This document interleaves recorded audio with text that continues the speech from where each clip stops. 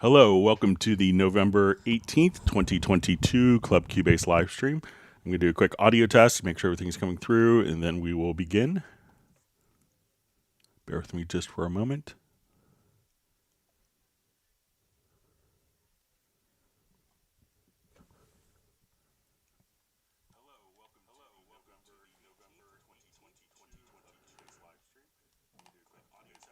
All right, and let me go ahead and mute. All right, so my name is Greg Undo. I'm the host of the live stream today. If you have not attended a live stream before, how it works is you can submit questions in advance to clubcubase at steinberg.de, or if you wanted to, if you actually wanted to just ask your questions in the live chat field, you could do that as well. When asking questions, if you could specify which level of Cubase you're running, so whether it's Cubase LE, AI, Elements, Artist, or Pro, or other Steinberg programs, which version number, so if it's 10, 10.5, 11, or 12, and if you're running for Mac or Windows, that would be helpful information. I won't have the ability to keep up with the questions live, so if you don't see an immediate response to your question, if you could be patient, we'll try to get through all the questions chronologically. And repeating questions often just kind of slows down the whole process. So if we could avoid that, that would be helpful. We should have an index with all of the topics covered in today's live stream with timestamps pinned to the top of the comments field several hours after the live stream ends. So you could look for that as a reference point. If you wanted to search for topics in previous live streams, you could go to cubaseindex.com, and Jan from Stockholm has been kind enough to create that website for us. We have two people that serve as moderators, Agent K and Jazz Dude. So we want to give a special thanks to them. They're not Steinberg employees. They just kind of do this out of the goodness of their hearts to make it a better community. So special thanks to them. And also another wonderful resource of information for the Steinberg community is the Cubase Nation Discord. So Jazz Dude does a lot of work with that, so we'll give him two special thanks today. Once again, I'm presenting from outside. My name is Greg Undo. I work as a product specialist, primarily focusing on Steinberg products for Yamaha Corporation of America, which is the United States distributor of Steinberg products. And I'm the host. I'm presenting from outside of Washington, D.C. in Alexandria, Virginia. And if you are watching this live, please feel free to introduce yourself and tell us where you're from. It's always fascinating, and we will go ahead and begin. All right, so we have a question from Gadi Zana. Hello, Greg. Dynamic EQ with sidechain. Is it better to do it pre or post? For example, when I use a kick drum to trigger a bass, I can choose pre or post, wondering which way is the right one. All right, so when we set up sidechaining, let's say for an audio track, so I'll just add two audio tracks here. Okay, and let's say on this track I have a dynamics plugin. So if you wanted to do it with, I'll just show kind of with dynamics, or you could do it with frequency, which is kind of the dynamic. Let's say we'll just take a look at it here. So we'll go to frequency plugin on this particular track. And then when we switch to dynamics, we could come over and we'll say, okay, we want to have a sidechain in on band 2, and let's add the sidechain input, and we'll say, okay, I want this to be audio 01. So when doing this, when we go to this particular track and we go to the sends, we'll see that this track is automatically being sent out directly as the sidechain input for this band of the EQ.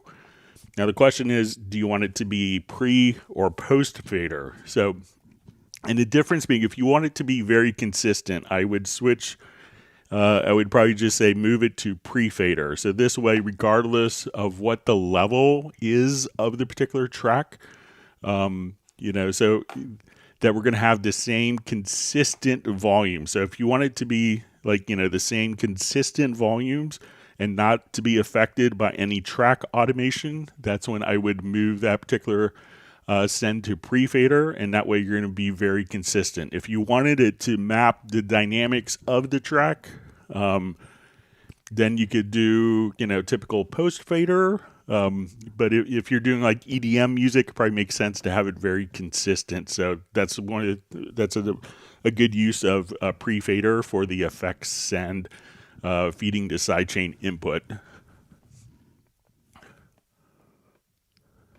All right, so we see Jazz Dude had found a free K1 VST plugin to Kawai K1, because he and I are both Kawai K1 users from years ago. But yeah, I have that plugin already, so thanks for letting me know. It's if you want just kind of a great stroll down memory lane, or just looking for some great 80s sounds, that's a wonderful tool. All right, so we see Daniela, we see Stefan from Sweden.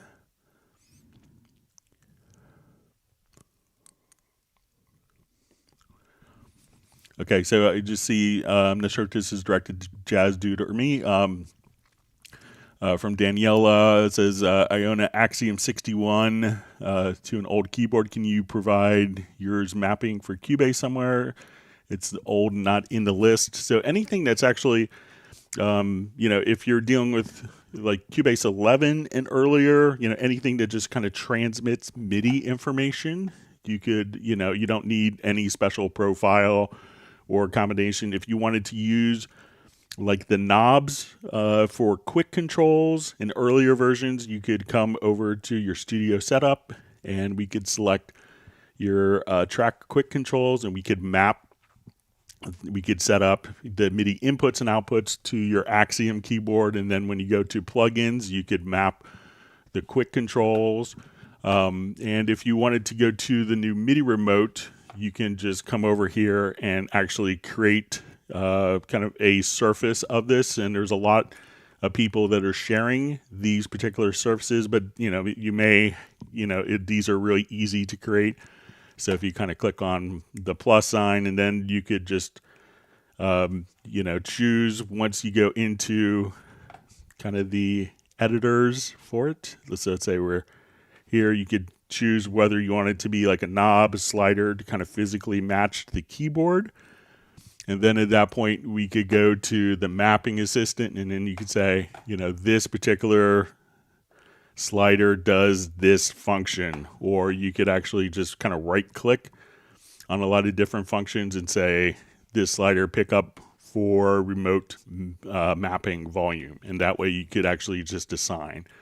So there's probably not like a secret preset, but you could configure it quite easily to have it work exactly how you want to work.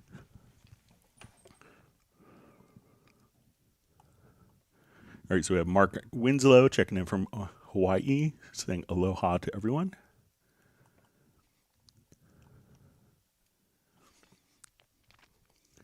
All right, so we have David Griffiths checking in from Wales. And we have Matt Elston checking in from London. We have Benny from Sweden. We have Jan from Cubase Index. Great to see you on.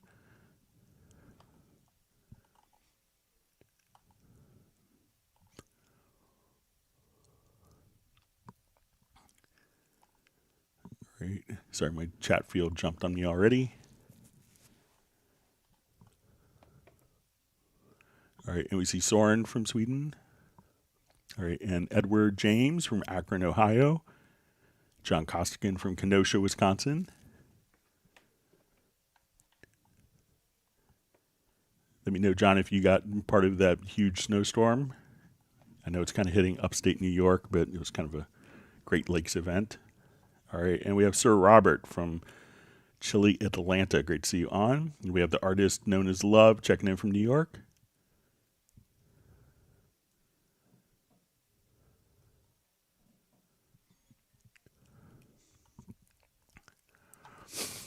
All right, so we just see from Daniela, Greg, to work out your videos during the week could be helpful if the project can be somewhere to download, especially for beginners to follow better the steps, special hobby users like me. If you let me know, some of them, some of the files are copywritten, so I can't really share some of those. But some I've kind of created just as example pieces. And if there's a particular project that you say, oh, you used this project for this, I'd be happy to kind of share the project if it's not copywritten and I have kind of permission from the owner of the copyright. But if you let me know which project, and you could always kind of see the project name at the very top here. And sometimes I will create like a project specifically for questions that were sent in for a particular live stream. And if that's the case, I'm happy to share those. But you could email me at clubcubase@steinberg.de. All right, so we have Tom L. just sending greetings from Germany. He says, really love to watch this Club Cubase live stream every week. Thanks for being on. And we have Narinder Dani checking in from London. Thanks for being on. All right, so a question. Hi, Greg. What is the difference between templates and workspaces? All right, so templates are an actual, like, you know, I want a starting point for a project. So if we say, and we see templates often used for composers, so they could have every one of their sounds immediately accessible. And at that point, we could save a template. And so every time you start Cubase, you can have all the particular instruments loaded, everything configured, the effects, the appearance, all completely dialed in. Now, what a workspace is a workspace is kind of like a set of, like if I come over here and I go to supervision, I can now have particular workspaces, and these are kind of presets for having different windows open simultaneously. So if I say, okay, instead of setting up like a number of, you know, different presets and having, you know, multiple windows perfectly placed, I could save like all those different window configurations as a workspace. And workspaces, when we work with them, can be global. So when we go to add a workspace, we could have the workspace be global or for a particular project. So let's say I wanted to immediately go on a project and have it go to Very Audio for doing vocal intonation correction. But maybe I want that for the project because maybe I don't have vocals in every single project. But every project I need to go to the mixer. So we could save that as a global workspace. So think of templates as a starting off point and workspaces as kind of like stored presets of different window layouts and configurations.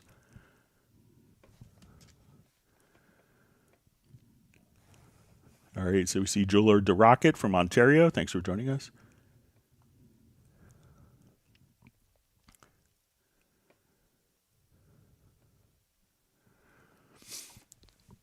All right, so we see from David Griffiths, how do you get a filter to start opening at a specific point in the event using FX modulator? Is there a trigger I can use? It seems to run continuously. All right, so let me just go to a particular project here.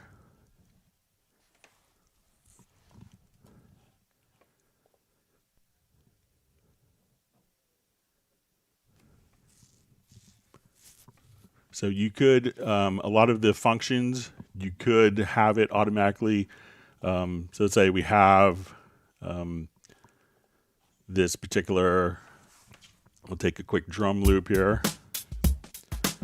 All right, and I want to go to my FX modulator. So I'll just open it up as an insert.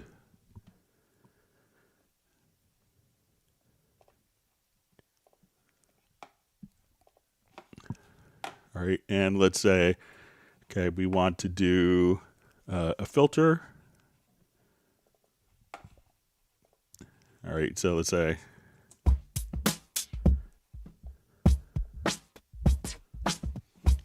okay, so one of the things you could do is just come over to, you can set these little settings. And then if I just create a MIDI track, and then I could take this MIDI out, and then we could actually feed this directly into the FX modulator. So let me just, may have to activate the side chain.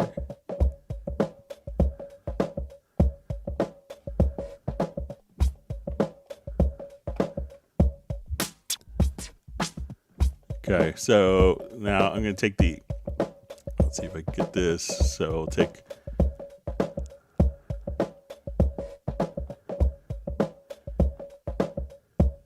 okay, so we'll see that we'll have the insert here. So now, as soon as I hit the MIDI note, and I'll just open up the on-screen MIDI keyboard. So as soon as I hit a MIDI note,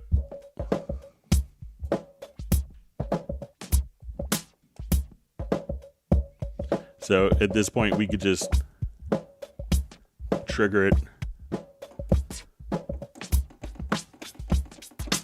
from MIDI. So if you wanted to kind of start at different areas, you know, maybe you could just trigger it via MIDI, and that way you could start it kind of when you could have it come in and out when you want to based on a MIDI message.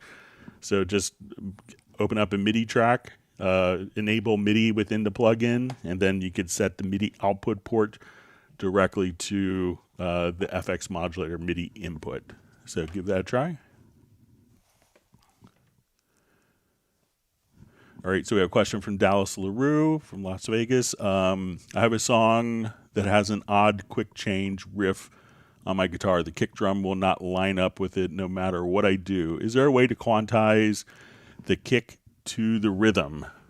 So yeah, certainly. So what you could do, I'll just jump over to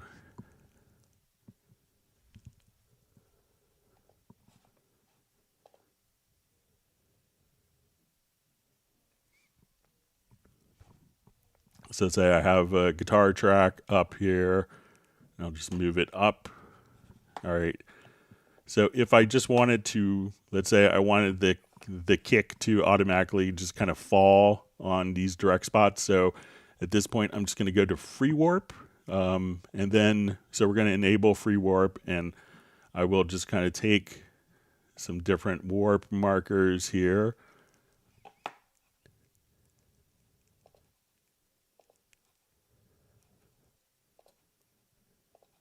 So if I wanted to have, like, you know, this warp marker be right here where the kick is, I could just kind of drag, and at this point to say, okay, I want this warp marker to be right there. I want this warp marker to be perfectly lined up. So this way we could just take the guitar track, or we could take the kick track if you wanted to, and we could just add warp markers here. And then at this point, we can say, okay, I want that kick to come in right when that guitar starts. So you could just kind of very easily move and do free warping on the parts to get them to match for you. So give that a try.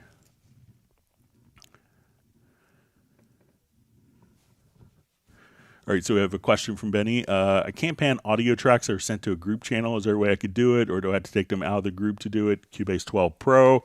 So generally when I hear this, it is often means that it was when we add a group channel, that the group channel is set to mono. So if I send all my drums to a mono group and I wanted to now come and pan, we don't really hear any differences because they're all being sent to a group that's mono. But if I want it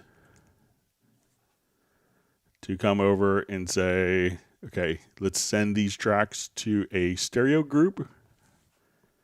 So when we send group channels to selected tracks, let's choose stereo. So now that it's being sent to a stereo group,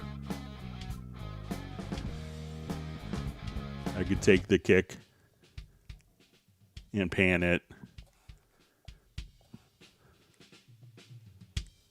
So check to make sure that you don't have a mono group. There's a good chance that it's a mono group, and then you could pan it and you don't hear the changes, but try to make sure you just send it to a stereo group.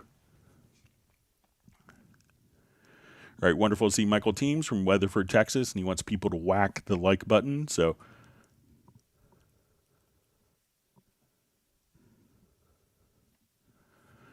All right, so we just see a question from Jeweler DeRocket. Hi, Greg. Do you know why in the new Cubase version, when you insert a plugin, it doesn't start right away? You have to open it manually. Usually in the older version, you insert a plugin, it starts. So let's say if I come, and let me just drop an insert in here. So, and this could be just a preference. So try going to preferences, to plugins, and then there's a preference here for open effect editor after loading it. So now if I open up, if I drop an insert effect in, it's not going to open. But with that preference enabled, so once again, preferences, under VST to plugins, open effect editor after loading it. So now when I go to add a plugin, we'll see that the plugin interface will just pop up automatically. So try just making sure that preference is checked. I think that will take care of it for you. All right, so we have Larry checking in from Brampton for the second week in a row, enjoying the streams. Thanks for joining us. All right, and we have DJ Showcase checking in from Queens, New York. All right, John Costigan is thanking Michael Teams for the like reminder. Yep, so the more likes we have, the longer we can continue to do these live streams. So, and if you subscribe to the channel if you haven't done that.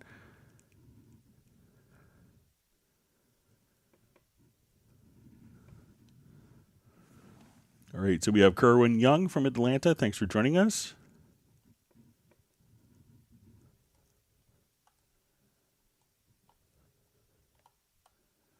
Right. Right. So, sorry, my.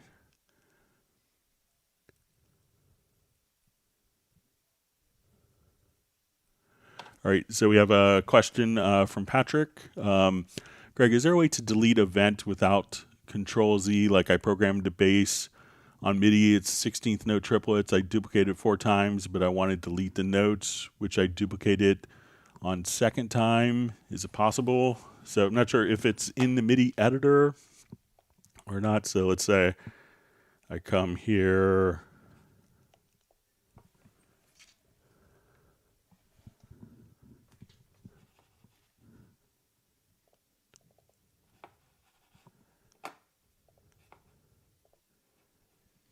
All right, so let's say I want to do some 16th note triplets here.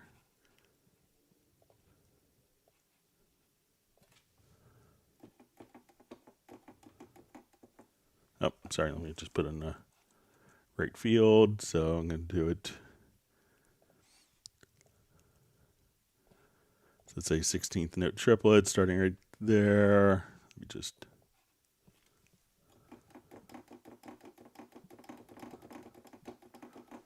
All right, so I'm not sure if it's on, the project window. So let's say if it's on the project window. So let's say if I just held, Command D down, you could now just simply come here and delete the second one. If it's on,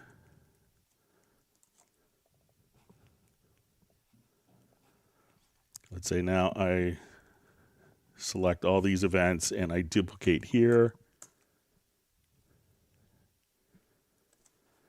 I could select kind of all these notes and just delete, or, so you could do it kind of like that in the MIDI editor or within, but you don't need to use Control or Command Z for that.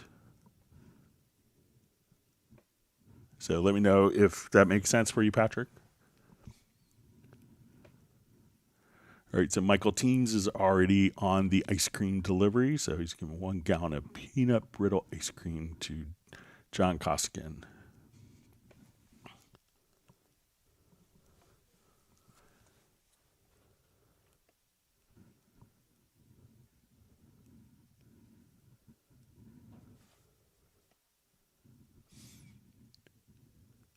Okay, reading through comments.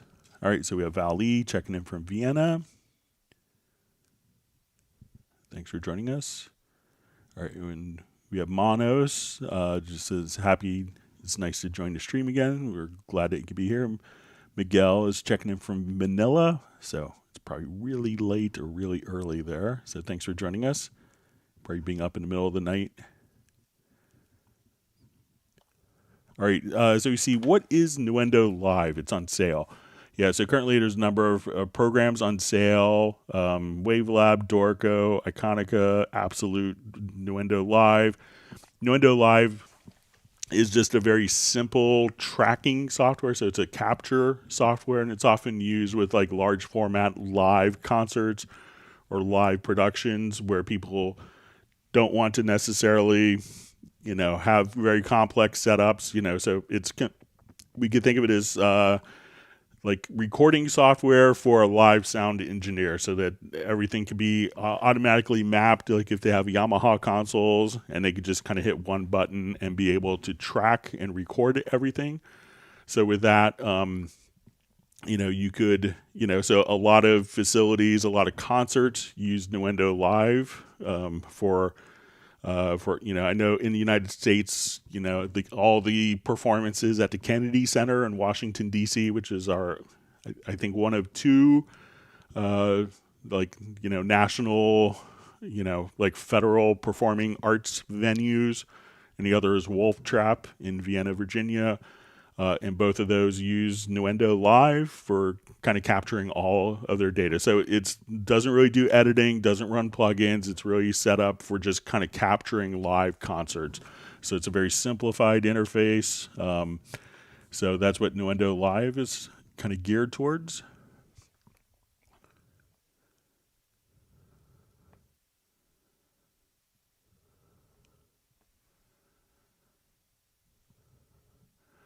Okay, so we have Val Lee says, is there a Cubase sub on Reddit, an official thing? There are often questions asked, and I try to answer, but there's barely any response there. Maybe it isn't. So I don't think it's official. So I don't think that there's an official Reddit forum, but obviously there's lots of people posting Cubase questions. So, all right. So we have Rob checking in from Tarpon Springs, Florida.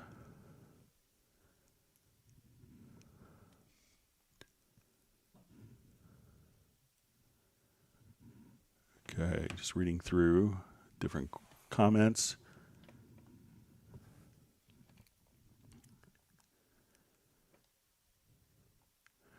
All right, so we see Michael Pierce. He's lurking. He's feeling rather ill, so we hope you feel better.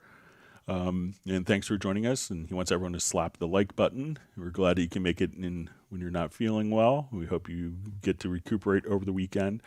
And just one quick reminder, next Friday, we won't be having a live stream because it's Black Friday. So it's the day after Thanksgiving in the United States, and it's a holiday. So I'll remind people on Tuesday as well, but just wanted to give a quick heads up.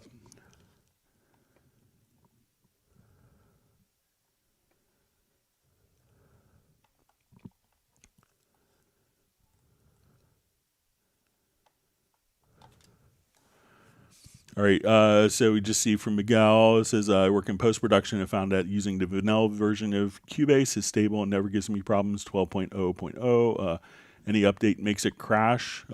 So I think that 12.05 has been a really stable version, so I'm not sure if you tried that. And it's also added a lot of different capabilities, including Dolby Atmos, which may be nice for post-production, as well as a lot more capabilities in the MIDI remote. All right, wonderful to see Mark Rabin from Montana. Glad you can make it today. And we see Nick as well from UK.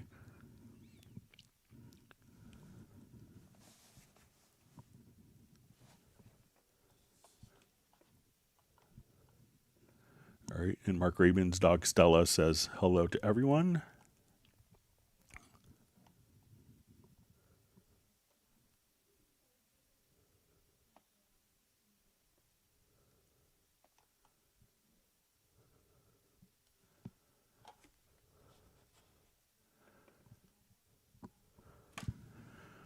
All right.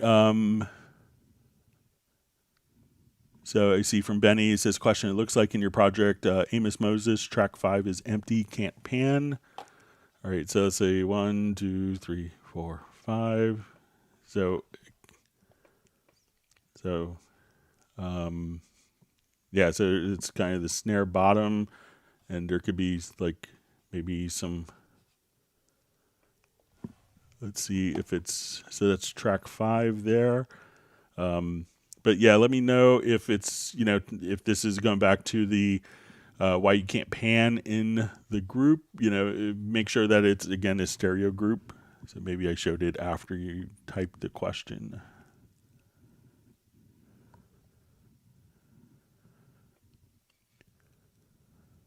All right, so we see Bruce is a proud like number 47 today. Mark Raven is currently in a balmy 10 degrees Fahrenheit there in Montana. All right, and we have Gerson Herrera checking in from the Caribbean, Netherlands. Thanks for being on.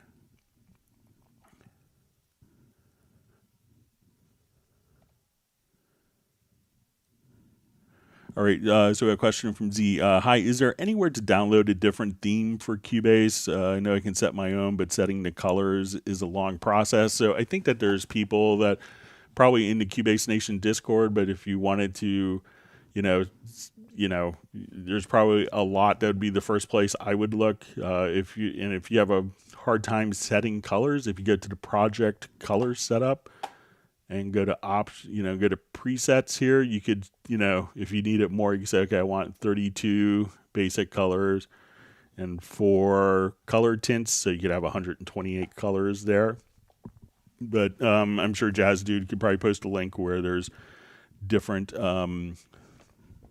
color themes as well in Cubase Nation Discord.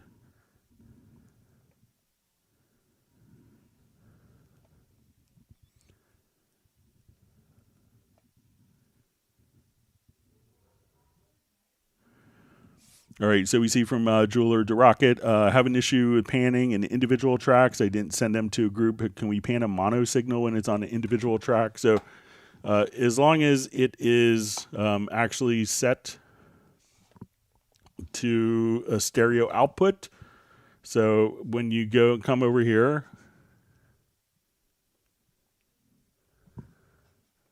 so I'll just revert this.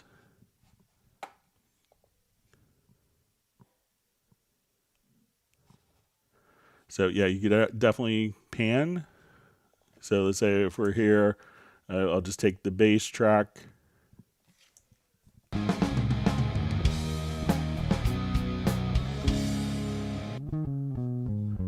So because this is going out to the stereo out, I can pan.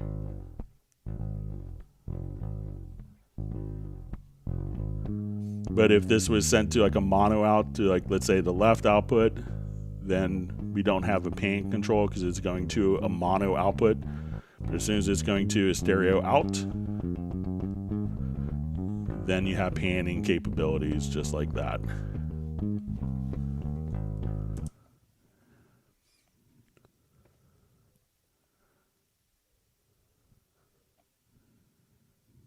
All right.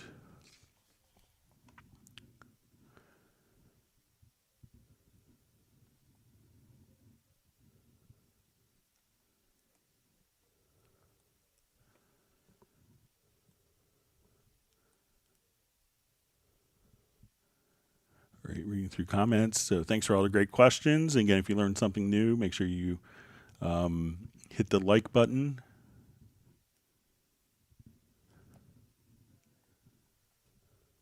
All right, so Dallas LaRue says, is it possible to make 15-second videos on Cubase for TikTok?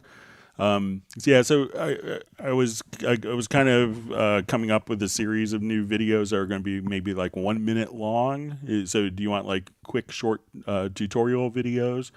So let me know if that's what you want, Dallas, but we could do that as well. So I'm not sure if it'll be on TikTok, but we might put it on other different sites.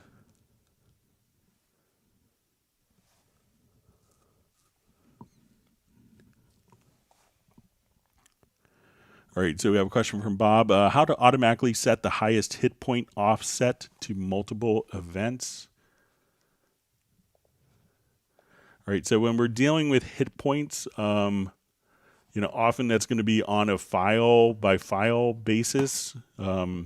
So I'm not sure if let's say if we go to our sample editor and we select our hit points, so if you wanted to set your threshold here, but that's going to be kind of on an individual file basis because it's in the sample editor. So I don't know of a way really, unless you kind of bounced it down to set it, for multiple events, but it's kind of, the sample editors define, it's kind of, the intention is for individual files. So I'm not sure, but let me know if that's what you're thinking of.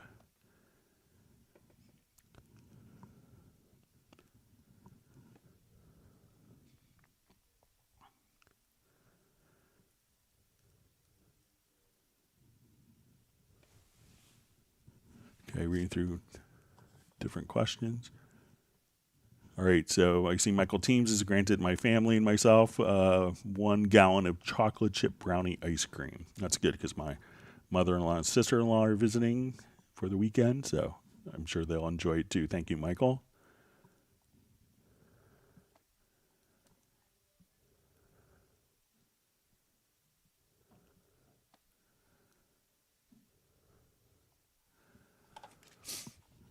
All right, so I just see maybe with this project from Benny, I just see a comment, look in the mixer window and you'll see what I mean, blank in the pan window. Okay, in the snare bottom track, so let me just check the routing. So we see that this one here is blank, so let me just...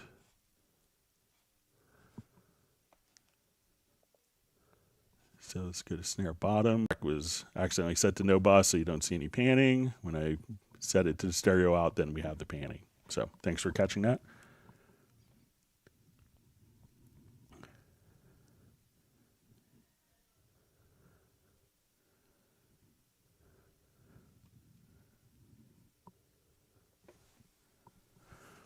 All right, so we see from Harry Olive, good day, Greg. I have a vocal audio track with a supermassive reverb insert. How can I self-sidechaining the reverb on this vocal audio track to the reverb in Cubase? All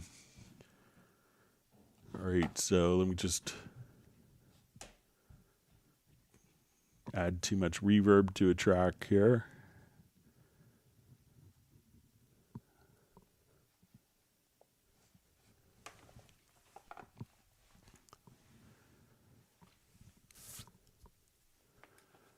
All right, so we'll take a vocal file here. So first met, that was a long, long time ago. It was 7th grade in the school parking lot, waiting on our yellow coat. All right, so let's say on our vocal. This might answer your question. Say is by John Mayer. Sorry, my Alexa is going off for some reason. All right. First met, that was a long, long time ago. It was 7th grade in the school parking lot, waiting on our yellow coach to ferry us home. You looked my way and your heart shone through. It caught my breath while you called me to. All right, so let's say I'm going to now go to the effects end here. First met, that was a long, long time ago. So we'll go to my effects channels and we'll see. It was 7th grade in the school parking lot, waiting on our yellow coach. All right, so I'm going to go to this particular effects return channel. Let's go to the inserts. Excuse me, I just sneeze.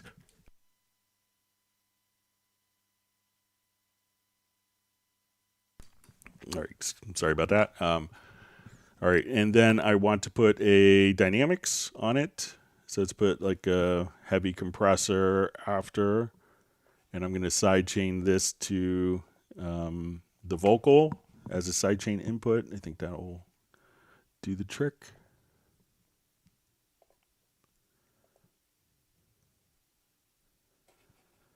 Okay, so now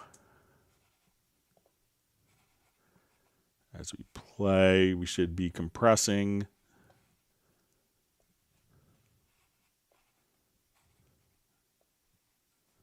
Do you recall the day we first met? That was a long, long time ago. All right, I'm just going to activate the sidechain. Do you recall the day we first met? That was a long, long time ago. It was All right, and let me just see if I switch the order of it. Do you recall? Yeah, I thought it was the compressor after.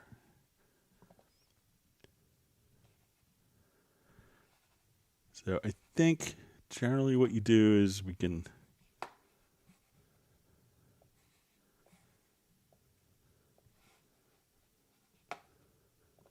Do you recall the day we first met? That was a long, long time ago. It was 7th grade, school parking lot, waiting on our yellow coach to ferry us home. You looked my way hard.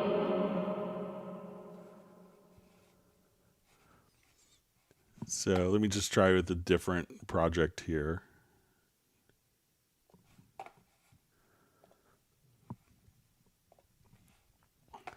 And make sure so, because I have other routings in that. So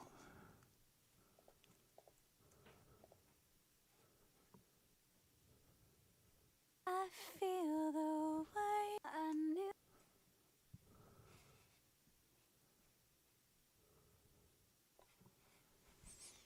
okay.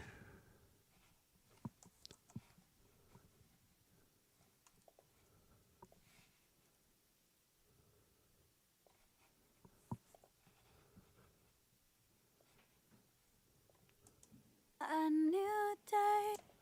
All right, so I'm going to add, let's say, reverb to this.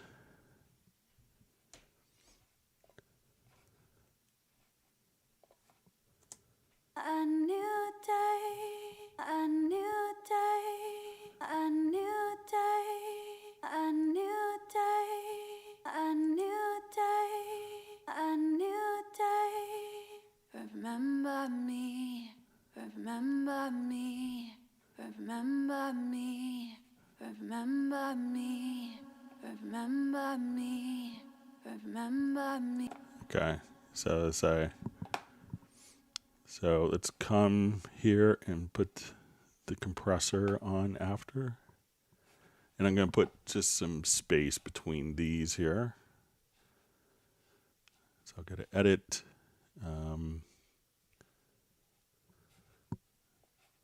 So let me give it like 2 seconds between each event. And on the effects return channel,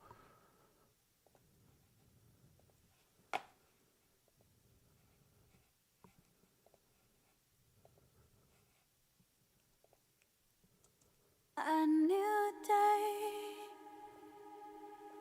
A new day. A new so you can hear that. A new day. So this way the A new day. reverb is compressed. A new day. Remember me. Remember me. So now as soon as the signal Remember me. goes below the threshold, then the reverb kicks in and make sure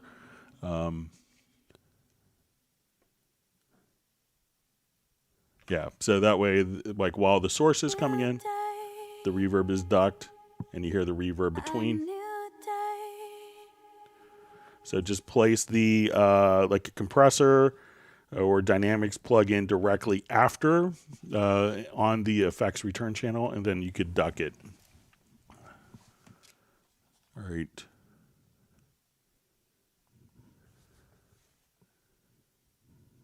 All right, wonderful to see Sable Winters on, and she's like number 60, so thank you.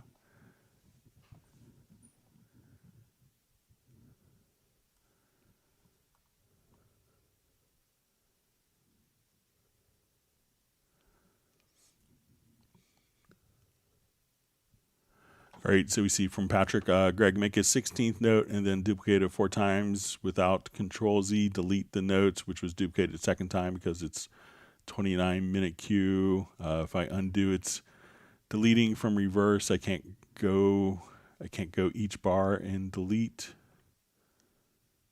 Okay, so let's say if we have okay, so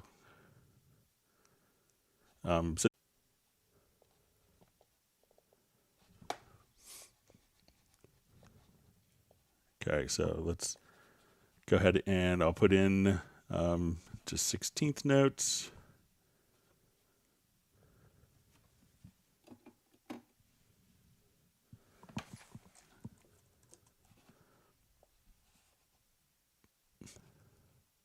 All right, all right, so I'll put in 4 16th notes. Just start it at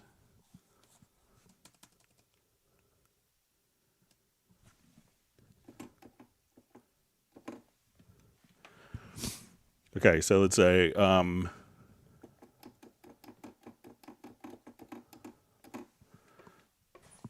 so let's say I wanted to delete the second 16th note.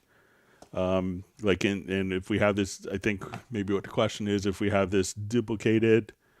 All right, so one of the things that you could do is as we duplicate,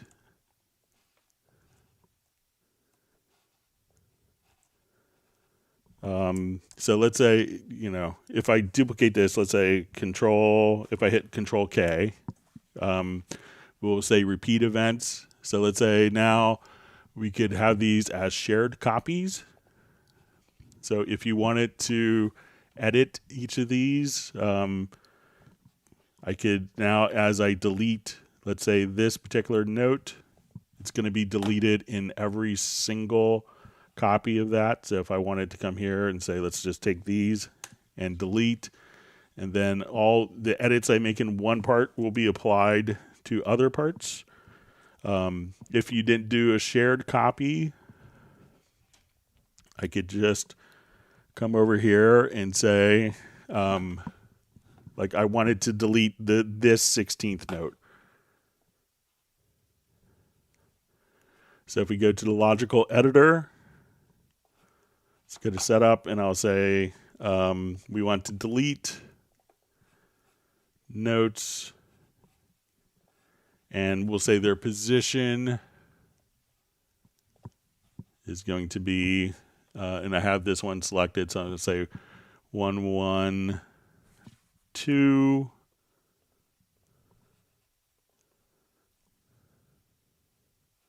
And we can say inside range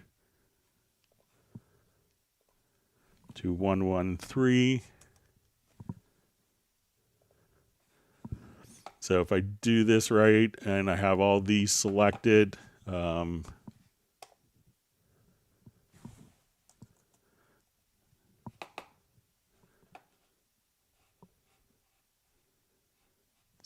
sorry, let's choose inside bar range. Sorry.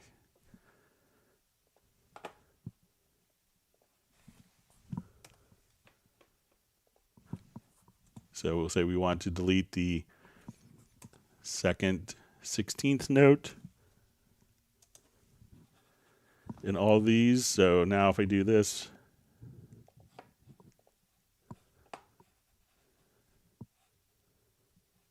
oh, sorry, let's make this 1, 1, 2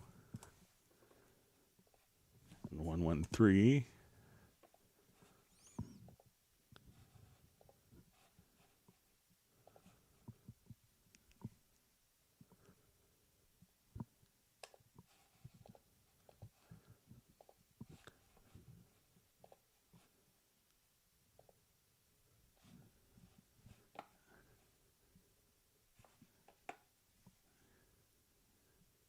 All right, let me just make sure I have this.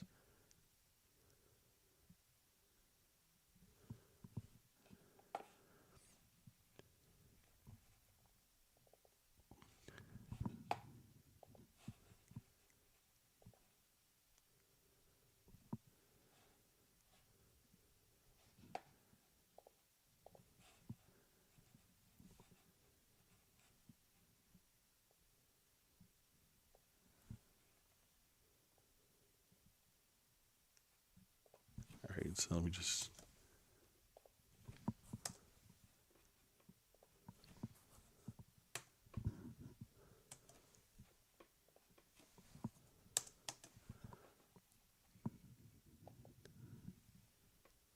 Yeah, so now if I have all these selected,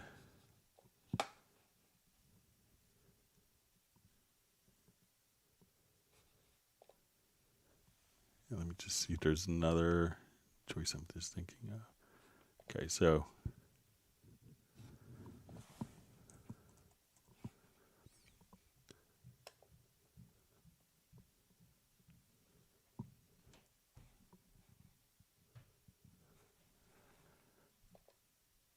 you should be able to kind of, so if you wanted to delete, like, these particular notes,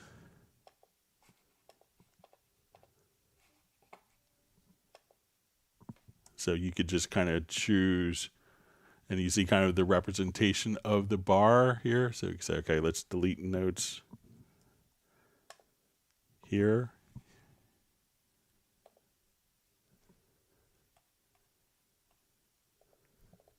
Let me just set this to.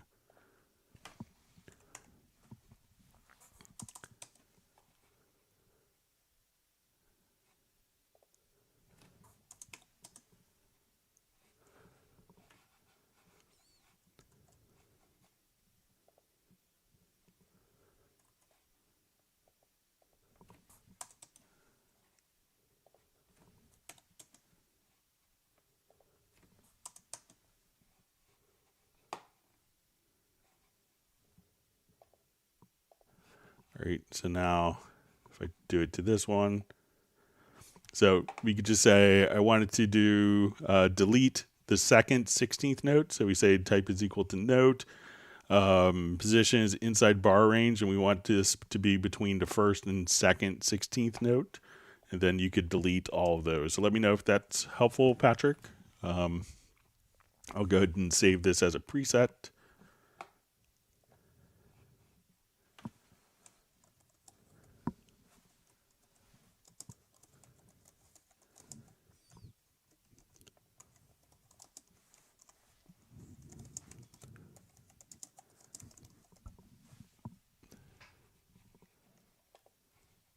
Sorry for my brain cramp there. So, but if I misunderstood again, let me know.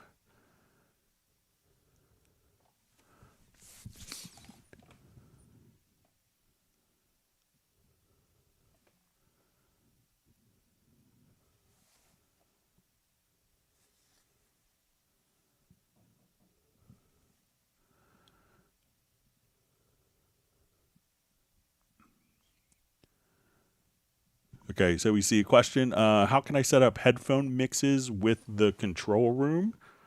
All right, so let's come over here.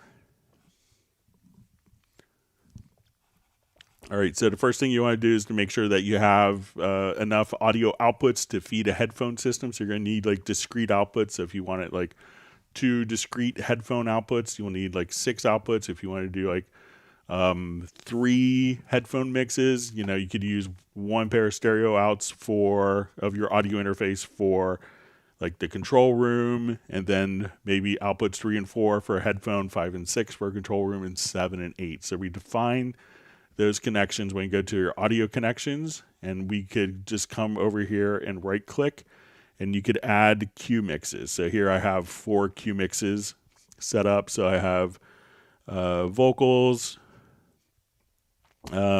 guitars, bass. So let's say, so what I'm going to do now, and once those are configured, we can see our control room over here. We're going to go to the big mix console. And let's come to, so when we go to racks here, we want to make sure that we have Qs, and I'll just kind of knock this over so you can see. So click here under racks and make sure that Qs are checked, Q sends. And then the trick is if you kind of right click in a blank area, I could say, okay, I wanted to take all of my tracks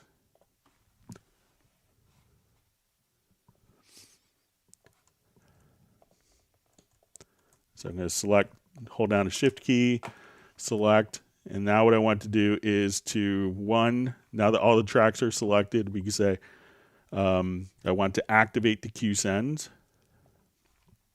I want to use the current mix level, so you get all Qs. So, and this will carry over the balance of the faders to that. And we say let's use the current pan settings. All right, so now that we have this going on, what we could do is just say, okay, I want to take, this is my mix in the control room. So as we select different tracks, we can say, okay, I want to take all of my drums, and let's send all of the drums, and we'll send it to this Q mix. I'm going to activate Q link. So I'm going to adjust 1, and we could bring up the drums in this Q mix, and let's say, okay, I want the bass. So I'm going to take the bass track here. So we're going to send more bass, and we're going to send more guitars to the guitar mix. So what we're doing is we could take this track and send varying amounts to different mixes. So as soon as I do this, I can now listen to the bass player's headphone mix, the drummer's mix, or the guitar headphone mix.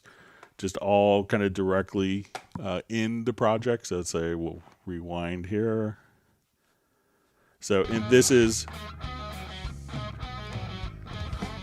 so when we look at our mixer, we're basically sending each track different mixes to that. So we could, so these are what's being fed out of the outputs of the audio interface. So when we go to the audio connections, again, you want to just send these to like outputs 3 and 4, 5 and 6, 7 and 8, and make sure that's going into some way that can be routed to headphones. You may need a headphone amp, but then the bass player can hear more of themselves, the guitar player can hear more of themselves, drummer can hear more of themselves. And let's say the bass player says, oh, I want more kick drum. I could just take the kicks here and say, okay, I want to send this to the bass player's headphones. So now we listen to the bass, he's going to have more kick.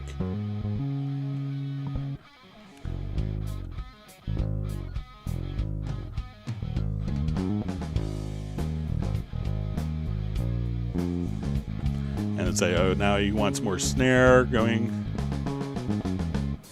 So we add more kick to the bass player's headphone mix. And let's say they need more top. So, and let's say the bass player or the drummer wants to hear more bass player. So we go to the bass track and we send more bass to the drummer's headphone mix. So this way everyone could have their kind of more me headphone mix.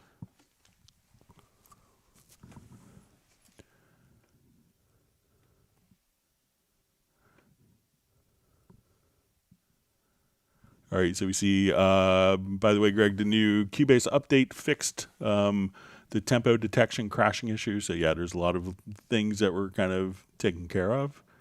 All right, so we see Miguel is taking off from Manila. So thanks for joining us.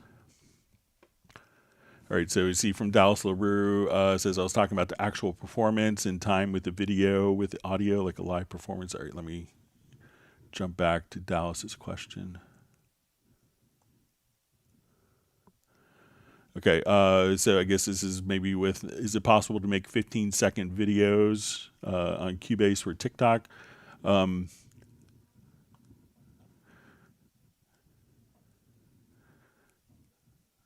In time with the video and the audio, like live performance. So you could definitely, record. Now, if you want the video synchronized to the performance, you may have to get a sync box, but it's easy enough to kind of take the video and at that point, sync up Cubase to the video. But if you wanted to do, you could do that, but make sure you may have to, if you wanted to synchronize to video, you might need an expensive sync box to do it correctly. So if it was for a live performance, I'm not sure if you're in a situation where you need to sync or if the camera is just going to freewheel, but you could definitely, capture stuff and, do screen recording if you wanted to and have it all work together. All right, so a question, how do I correctly install the new update? Do I need to deinstall first? You could just simply just install over the existing version for you. So you don't have to uninstall.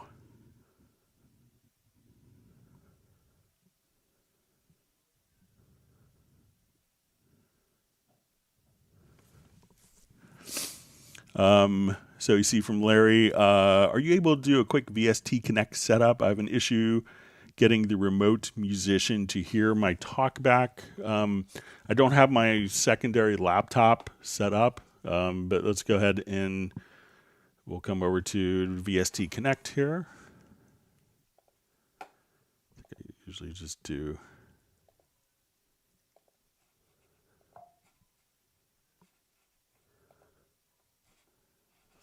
All right, so, make sure that when you're doing this, that, when you have the talkback enabled into VST Connect, for the VST Connect QMix, so you'll have like your QMix for the VST Connect, make sure that you have the talkback turned on directly here and that the talkback mic is configured when you go to your audio connections, and when you go to the control room, that you could just make sure that particular input is configured right, and in their headphone mix, make sure that you could actually come right over here and that the talkback is turned on. So I get that periodically where the talkback isn't turned on in the QMix and people can't hear.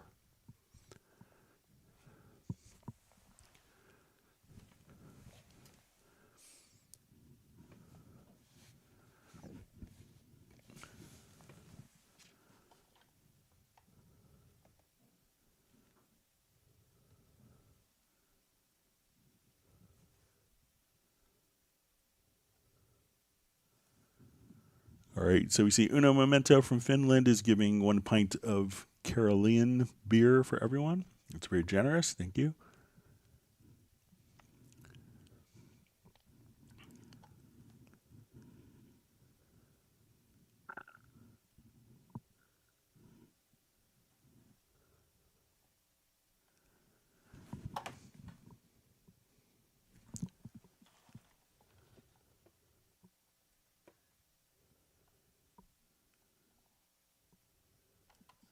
All right, sorry, my chat field just jumped on me. All right, I think I'm back in the neighborhood. All right.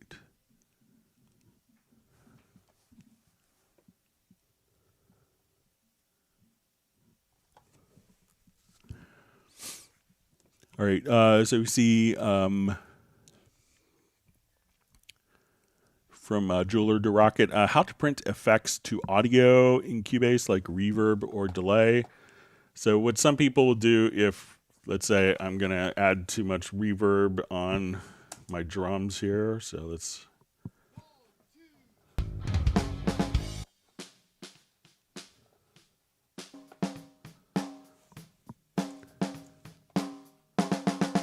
All right, so add an effects channel to these.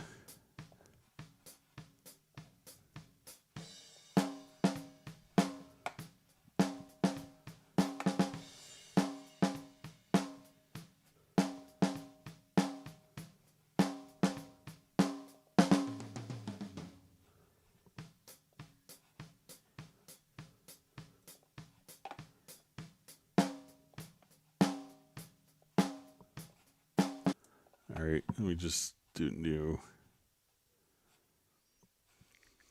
project here.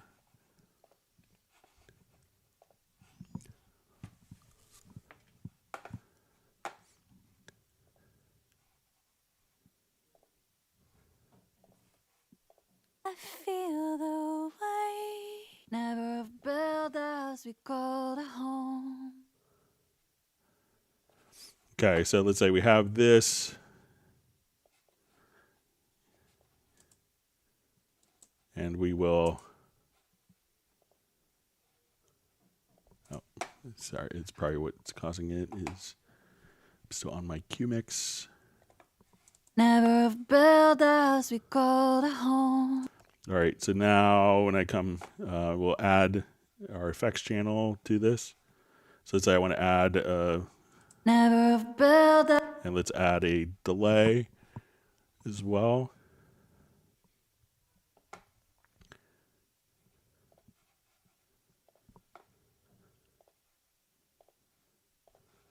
Never a build as we call a home.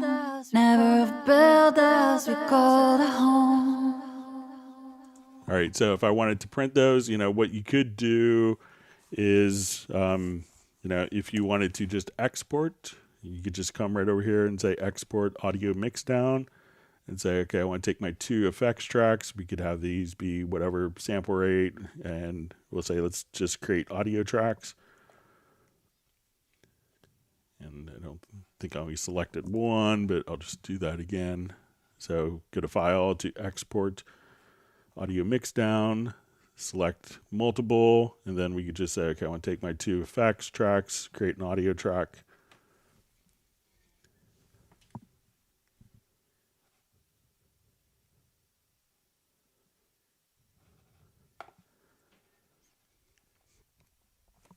And then we could have, and I have these set to mono down mix, so let me just go ahead and fix that really quickly.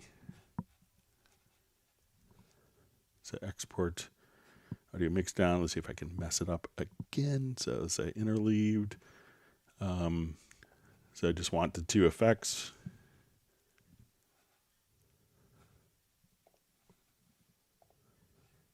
And now,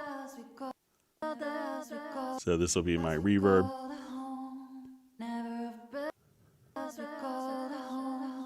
So if I come to this particular channel and we bypass, we can just have the effects printed. Never a build as we call a home. Never a build as we call a home. So again, just come over to export, audio mix down, select multiple, and then you can just print your effects just like that.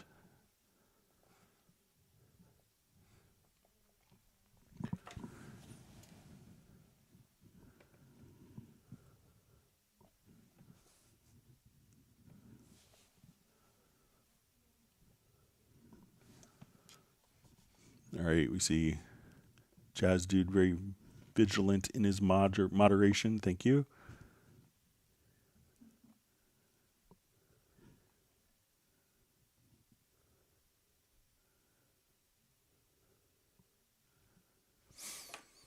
All right, so we have a question. Hi, Greg. I got a Zoom R20 that came with Cubase LE. I use a PC. I want to use a pre-recorded as a guide track to make my own arrangement. Is there an easy way to match tempo to the grid? So really, so not necessarily in Cubase LE.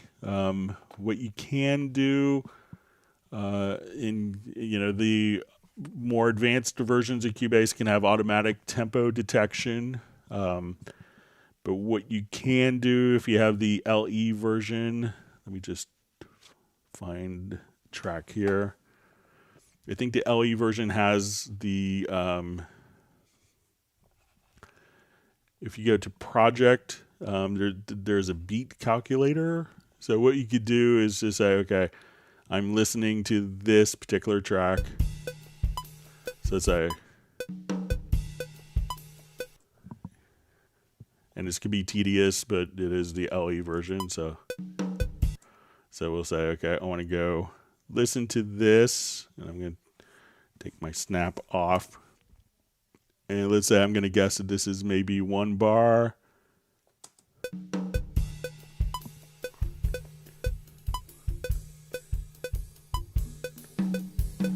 So let's say this is 4 bars.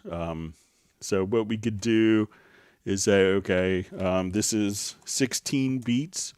And then we could import at selection at the selection start. So we could just come and at this point, so let's open up a quick tempo track.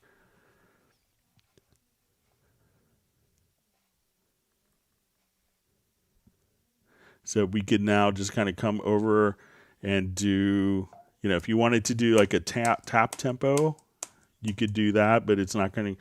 So, what you should do is just say, okay, this is 4 beats long.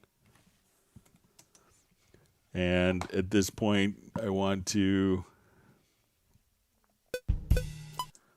so say,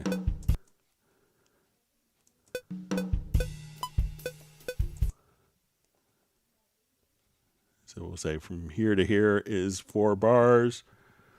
And then we could just say insert the tempo. And we can say, okay, from here to here is 4 beats rather instead of bars. And then we can say, okay, let's at the selection start. And we could just put in these subtle and say, okay, we want to go from here to here.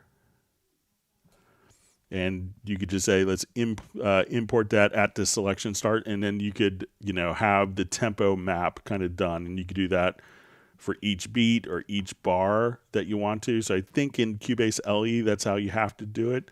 And to get to the tempo, if you want to see it visually, you just want to hit Control T, and this would be your tempo editor in Cubase LE. I don't think there's a tempo track, but yeah, you could do it. Or if you just want, do a quick tap tempo, you could do that very easily.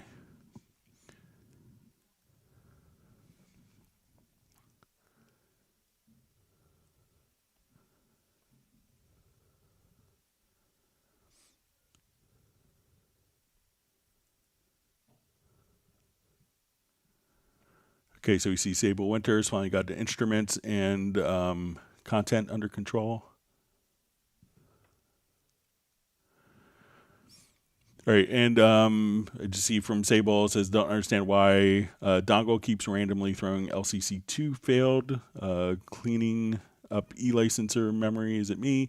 So, try to reinstall the eLicenser program, and that'll probably take care of it for you, Sable.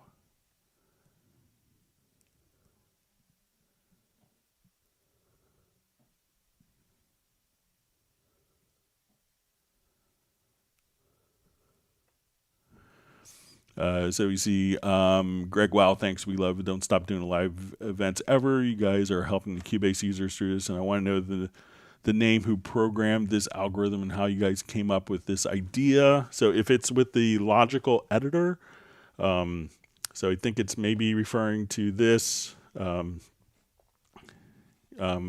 we could have the logical editor. Let me just quickly add a MIDI track so we could have something to do logical editing on.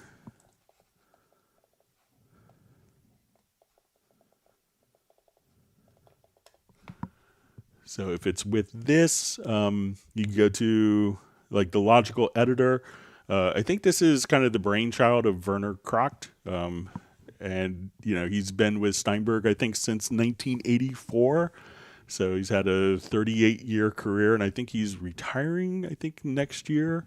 But if you look at the very first, About Cubase screen and back to Pro 24, you'll see his name on the About screen. So I think he's probably when he retires, he'll be 39 years working on Steinberg stuff. So, and it's a brilliant thing. Some people are really intimidated by it, but once you kind of get the logic, it's incredibly powerful.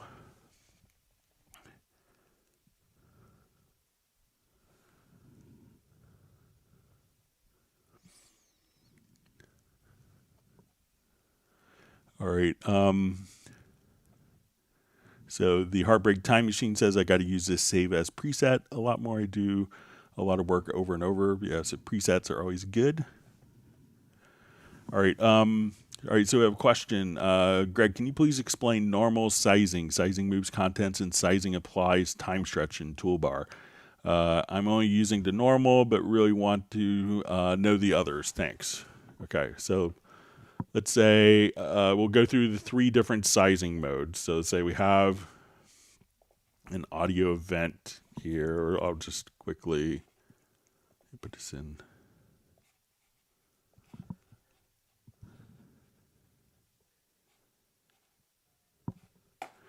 All right, so we have our audio event here. So there's 3 different sizing modes. So we have normal sizing, which means that as we move the bottom handles, that whatever we kind of cover up, we can come over here, and as we move the handles, we could just, we are basically hiding or exposing different parts. So if I had cut a part and the audio exists beforehand, I could still kind of size backwards. So that's what normal sizing is. Whatever you don't see, you don't hear. Whatever you see, you hear. Now let's say I'm in this particular project here, and I want this part of the audio to come later. So this is when we could do sizing moves contents. So as I do this, now the beginning part of that audio file is going to just kind of fall where it will, and I could even roll back if there's existing material there. So this way you can say, okay, this big hit happens right here. And then the contents that follow or the contents that precede will kind of fall where they will. So at this point, if I want this particular event to fall right on the grid line here, that's when I could do sizing applies time stretch. So the contents will slip underneath. Now, if I wanted this audio or MIDI event, and we could do this for MIDI events as well. So you could just see the sizing applies time stretch. Or the sizing moves contents. But if we have both of these selected, we could also do sizing applies time stretch. So I could say, I need both of these events to fit into that amount of space, and it will just simply speed up or slow down the contents through time stretching so that all of the events can just say we need to fit into that amount of space, and that will just kind of speed up the particular content. So if we listen to... Or if I say, okay, I want this to be stretched out. So we could just kind of, so the sizing applies time stretch will allow you to resize all the contents and speed up or slow down the contents within the particular event. So.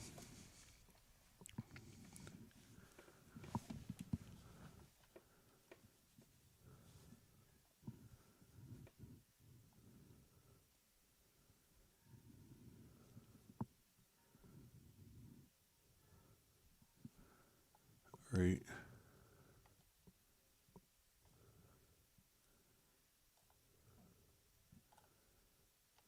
All right, so I have a question from Patrick. Is there an easy way to set an output to Groove Agent to render fast? Because I loaded samples in all 4 slots and only selected samples got a lot of empty tracks, while Cubase Render only used samples.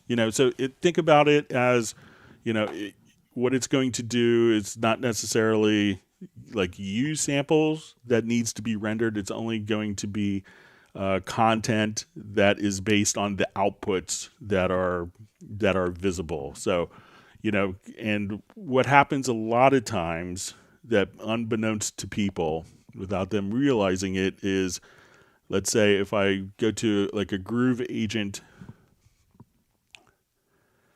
setting here. So let's say we go to like this preset. So, what happens without people realizing is like when I hit a particular, let's say a kick drum here, that this kick drum is not only just in the kick mic, but we could hear this kick, we could see, like if we wanted the room or the overheads, that, you know, when we hit this sound, that this particular, you know, sound is being sent to 3 different sources. So you have, you know, the original, like multiple kick drum mics, plus it's being fed into the room and into the overheads. So, you know, we don't think of it necessarily as sample based, because if you do that, then it may sound really different. So, you know, this is why we kind of have it based upon the audio outputs, because that's what's actually transmitting the audio. So it's not necessarily the samplers. So just be careful here with the routing and be aware of the routing, because that is what is actually going to be rendered is, you know, again, just based on the particular routing. And that makes sense because, you know, it's the sample could be routed to multiple destinations. So think of it like that. But, and if you know, again, if I have a particular project here, let's say I have a pattern and I've dragged this pattern out, and these are going to, you know, discrete outputs. Let's say my hi-hat, snare, room, overheads. So let's say, okay, we listen to this output here. So, and we can now see that we have our multiple outputs.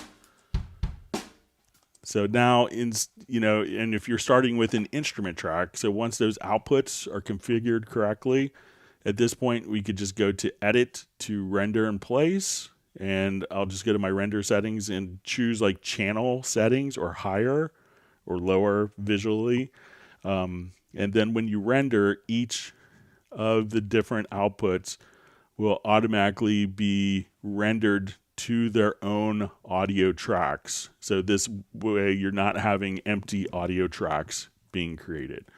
So if it's set to different outputs, and if you're in like in a beat agent kit, you would just set those particular outputs. You'll see right here, bus 1 through, and you have 32 stereo buses to work with. So that way you could just do all the routing. So it's, you know, it's not sample based, but you know, the rendering is going to be based on the audio path and not the samples.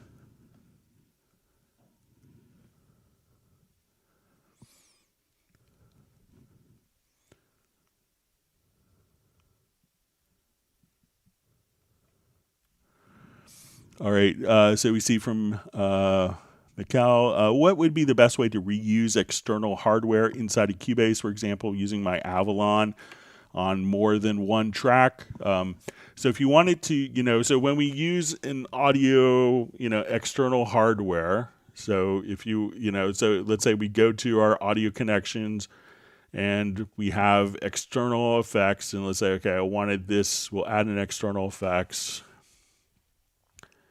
All right, and we'll just call it our Avalon.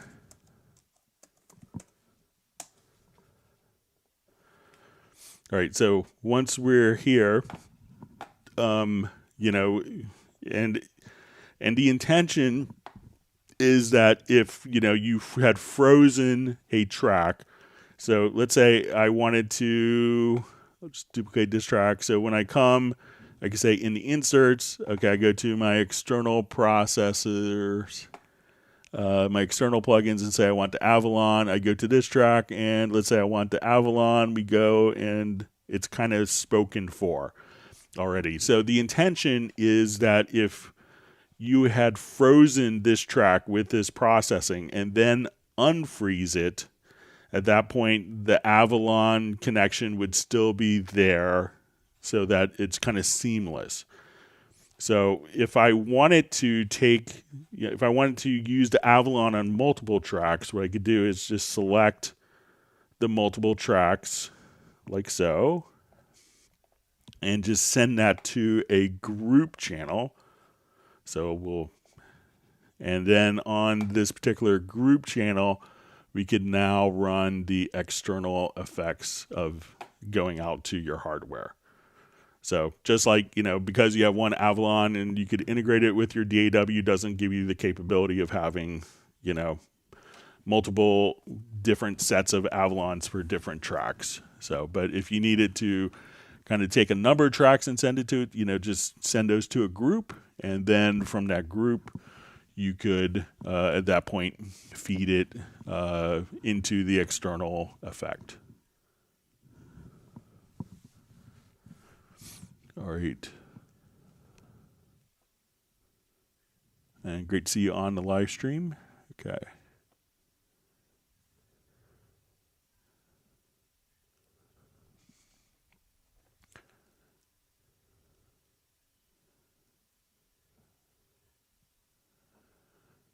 All right, so we just see, how do you initially set up routing from each instrument to the Q mix?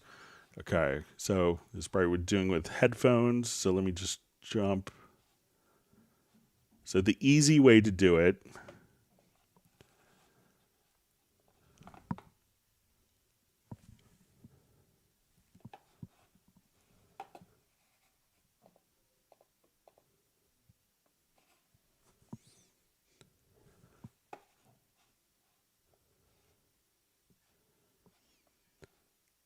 okay, I'll revert this.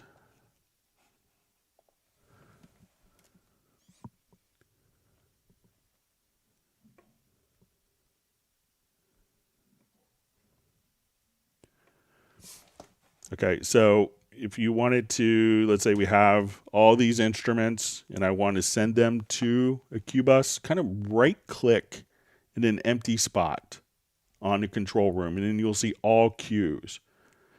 So let's say we want to activate the Q sends. And at this point, we want to use the current mix levels.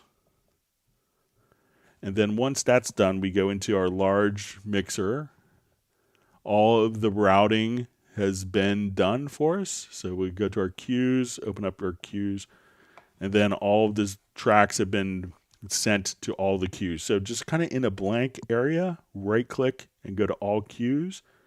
And at that point, activate the cues, and you could send the current mix levels, and the current pan settings. And then you could tweak the levels to each of the cue mixes accordingly.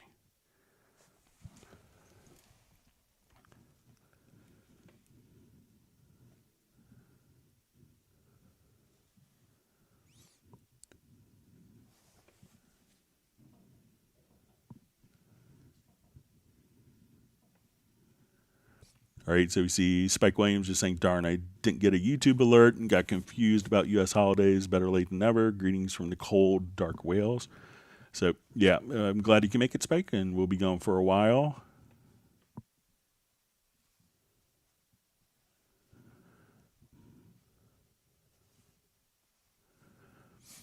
All right, yeah, so next Friday is a holiday in the United States, so we won't be having a live stream on Friday.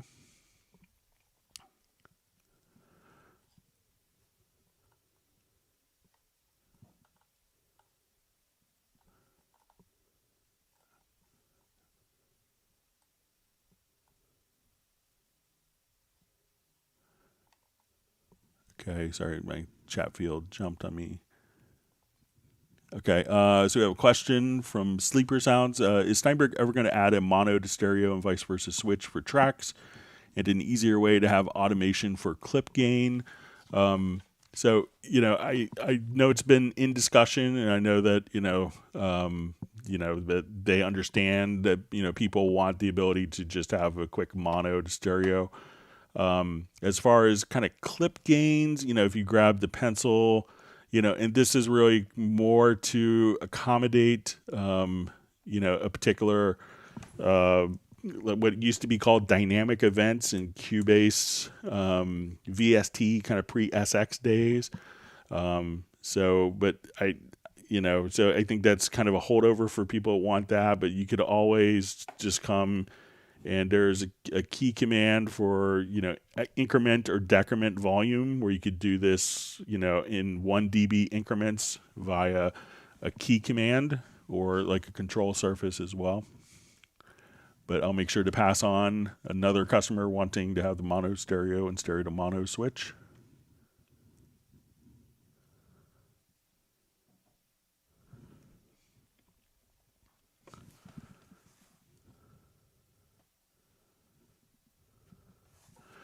All right, so we see, Greg, what's your statement to some who tells Cubase is very old in terms of design and looks? Still, there are some people who see beauty only in it looks. What's Cubase thought on this? And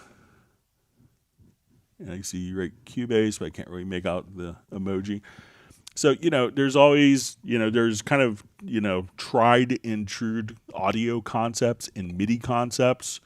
And, we've had, people like I've been running Cubase, over 31 years now. So you have to, find the correct balance of being able to still have people's, ingrained workflows accommodated, but still, coming up with new features, but without interrupting existing people's workflows. So, I think Cubase looks great. It gives you a tremendous amount of information on your screen. So yeah, it does a lot. But you don't have to use every single feature. But like my friend Craig Anderton put it great once. He's like, well, if any program has a feature, and if any program can do a particular function, it's going to be Cubase. And I can't say that with any other program. So, I think being able to accommodate so many different workflows, where some programs really predispose you, and you see that everyone works the same way because of kind of a design intention of the program. So that's easier to use, but it may put your kind of artistic efforts, it may inhibit that because you can't really go beyond what this particular, software company thinks you should work. So Cubase, you're able to work how you want to work. And, I hear from people all the time, it's like, oh, Cubase thinks just like me. And you talk to them like a group of people and, they all work completely differently. So, but I think it's pretty cool that you could have Zed and Stevie Wonder and Hans Zimmer and, all sorts of other people in the world, in just varied workflows and genres that all can use the same tool creatively.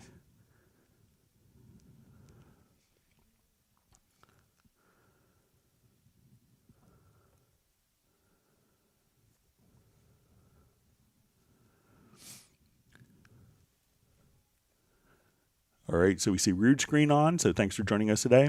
So Jeweler de Rock says, what's the precise tempo detection technique to detect a beat tempo that's already been mixed? Thanks. So as we come back,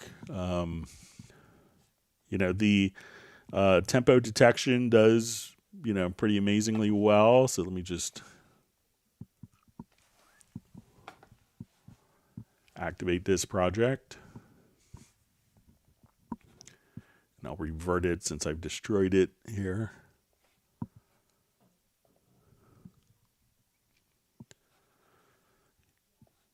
So if I want to take this and there's no, I'll select the event.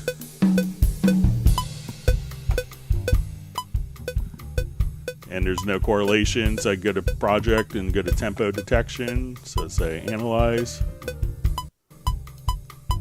I'll do an offbeat correction.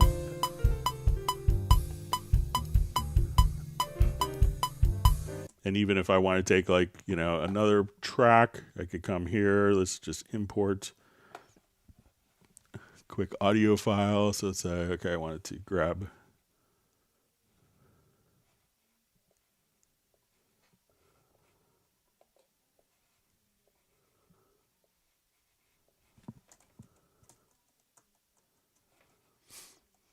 let's do a different project just to show you again how easy it is.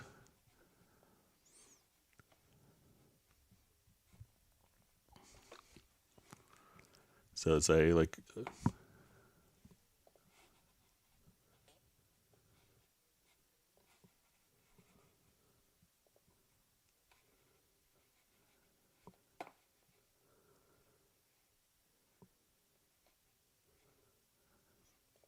So I'll just take this one. So let's say no tempo here, you know, really.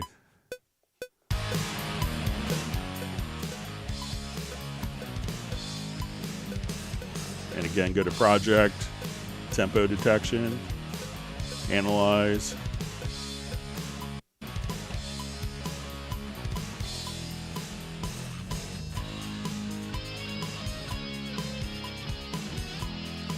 So, you know, the tempo detection, if you're doing for audio or MIDI, works great for that. So,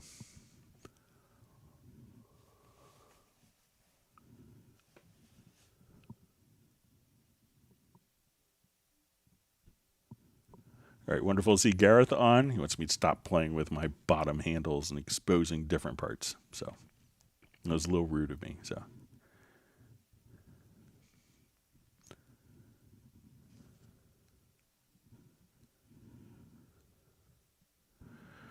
All right, so we see question, can you talk about the automation options? So, all right, so let's say if I wanted to do, I'm not sure if it's, so let's say if I wanted to just do quick automation on this, so I'll just open up my fader here. So let's say, so I'm going to click on W and R and I could write my automation. Now there's an automation panel, if I hit the right modifier key, which is F6. And here we could have like, you know, different automation modes. So like if I just wanted to make an adjustment here, I could have this in touch. And then as I just let go of the mouse, as soon as I touch it, it's going to write automation. And then it'll stop writing automation when I'm there. So let's say I'm wanted to do auto latch. So let's say I'm here and I want to automate, so I'm in auto latch. So as soon as I kind of grab this down, and let's say I wanted to go back up, so you could, you know, just have it kind of kick out when you kind of, let's say I just want to do a quick. So you could have it kind of automatically latch. You could also do kind of trim. So at this point, so what auto latch will do, let me just take it out, trim. So if I wanted to just stay at a particular automation value until I stop, I could do that. So let's say, okay, I wanted to, but I want to let go of it. I could just now kind of write that automation point and it'll put the point where I stop. If you haven't gotten to a particular track, like let's say you're in the third verse, I could just say, okay, and I get to this track, I could say, if I enable to start, that will write whatever automation value it was at the start of the position. We could also do it in the end. If we have it in loop mode,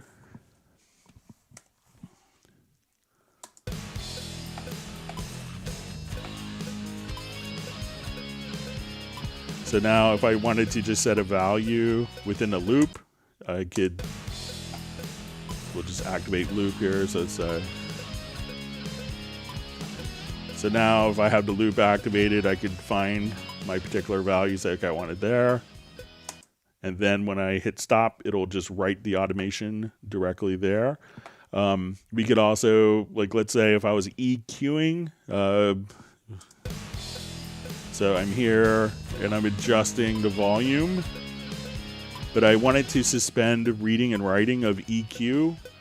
So what happens a lot of times is people may be like adjusting levels and they're like, oh, I'm here, I'm just going to adjust the EQ. And then inadvertently they wrote automation of the EQ. So if you wanted to come over here and just bypass the EQ, I could suspend writing and I could just make changes here. And I could suspend reading or writing of those changes. So I could dial this in without automating all the different parameters. And if we wanted to show different parameters, so if we had multiple tracks, I could say, let's show all the volume automation, let's show all the panning automation, dynamic sends, inserts, or show used. So And if we wanted to do more kind of detailed automation handling, I could come here and say, okay, I just want to take this. And if we wanted to edit, I could say, okay, I want to bring that all up or down. I wanted to kind of compress or expand the contrast in the automation, or if I wanted to bring that down and tilt it up or tilt it at the beginning and tilt the end down, we could do stuff like that very easily as well. So, and there's some other settings here. So if you wanted to show data on tracks, so you could actually see what the waveform looks like on particular automation tracks, you could do that as well. So those are a couple of things.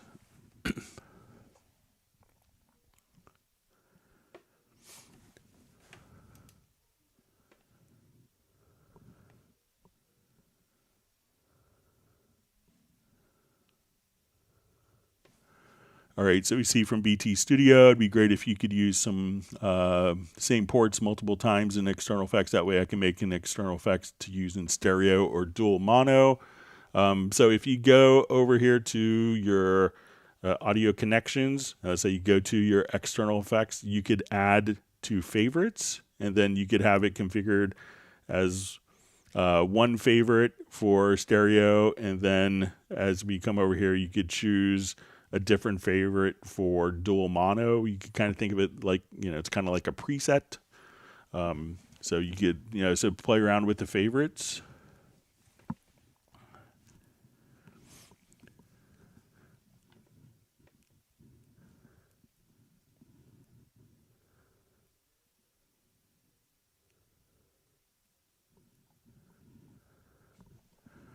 All right, so we see Gareth just saying Groove Agent is the bomb, homies. So it's good. It's pretty powerful.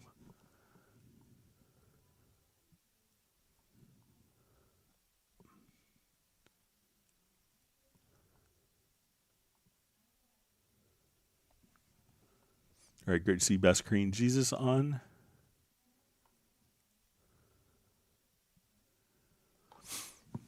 All right, so we have a question from Balsa. Hi, Greg. Does the order of the sends from top to bottom in channel settings affect each other or not? I assume they all have their own independent signal no matter what the position.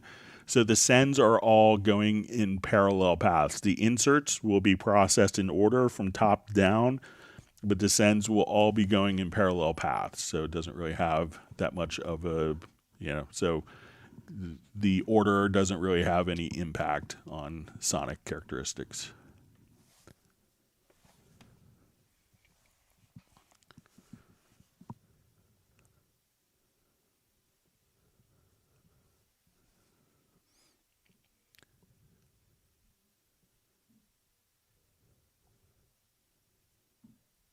You see Gareth has gotten 1 gallon of chocolate chip ice cream from Gareth, or from Michael Teams rather.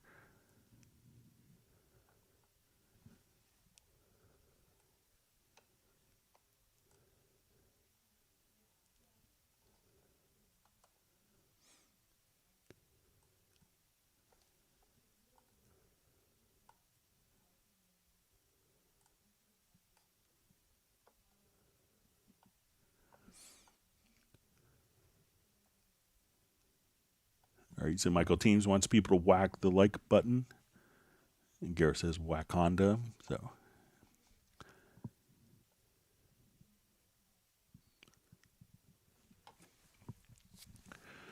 all right, so we have John Costigan just asked, hi Greg, are there some Groove Agent SE5 kits that won't show the full mixer view? I'm having trouble with Ambience 1 not showing the full mixer, the drum setup view. What am I missing? All right, so let's take a look.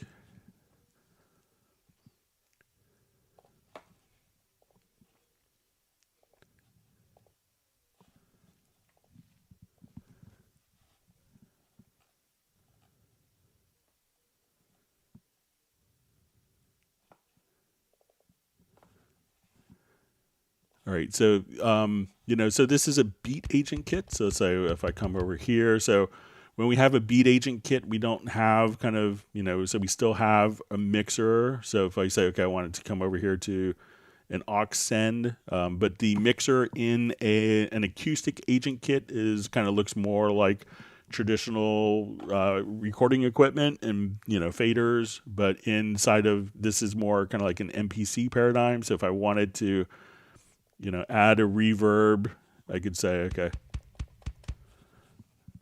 and I'll just turn this up so we can hear it a little better. So at this point, we could add our effects to kits, to the master, or to different, and to access the mixer, we would come over, and I think if you go to amp, we could now see all the aux sends available here. So this way we could have 4 aux sends, but it doesn't have the traditional mixer that you would get because it's a beat agent kit. So it's kind of a different workflow as opposed to like a Simon Phillips kit where you have like the picture of the drums. And so now when you get to the mixer with an acoustic agent kit, you see kind of these traditional, more like recording equipment styles and processing, and beat agent kits is more kind of for sample manipulation. So the ambience one is a beat agent kit, John.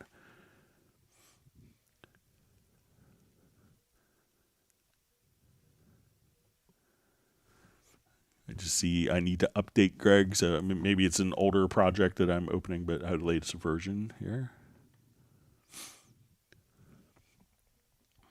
All right, so from Harry Olive, we have questions. Would it be possible to find a wave of a clip reverse in Media Bay? I would love to select the clip and let the wave file in Media and find the wave file in Media Bay automatically if it's there for sure.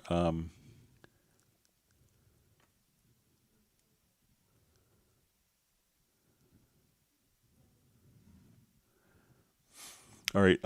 So I'm not. So let's see if I'm understanding. So I'm not sure if you wanted to take an audio file here. Let's say that you did. Let me just drop a loop in quickly for this.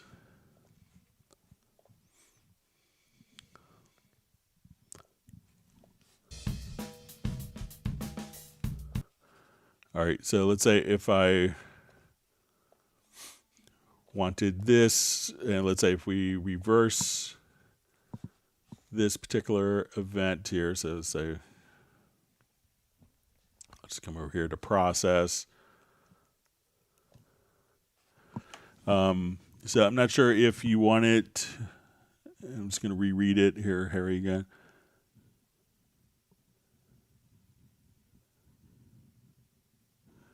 So it says, would it be possible to find the wave of a clip reverse in Media Bay? Would love to select a clip and find a wave file in Media Bay automatically if it's there for sure. So, so in Media Bay, it's not going to automatically point out if, the file is reversed or not, because it just sees it as an audio file. So, if you wanted to look in Media Bay and say, okay, I want to find all of reversed audio, it's not going to do that unless you specifically named a file reversed or, something like that but Media Bay will just use names and other kind of metadata, but, when it's an audio file is reversed, it's still just kind of an audio file itself. But let me know if I'm misunderstanding, Harry.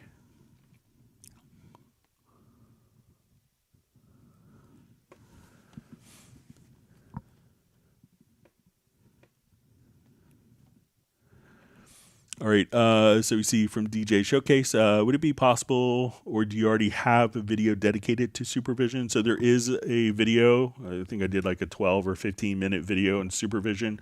If you look in on the Steinberg, on the Cubase YouTube channel, look for like Cubase 11 walkthroughs. But I did a whole video on supervision, so it's already exists there. And if you have a hard time finding it, just let me...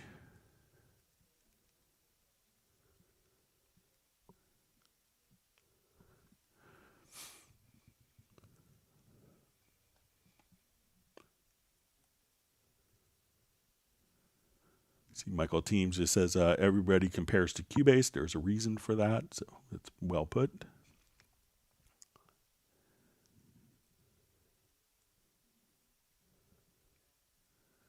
All right, so we have the Tooster checking in from Germany. Thanks for being on. All right, so we see Gareth has a terrible guitar piece coming on, so we'll send it on over. I'll be happy to hopefully play bass on it.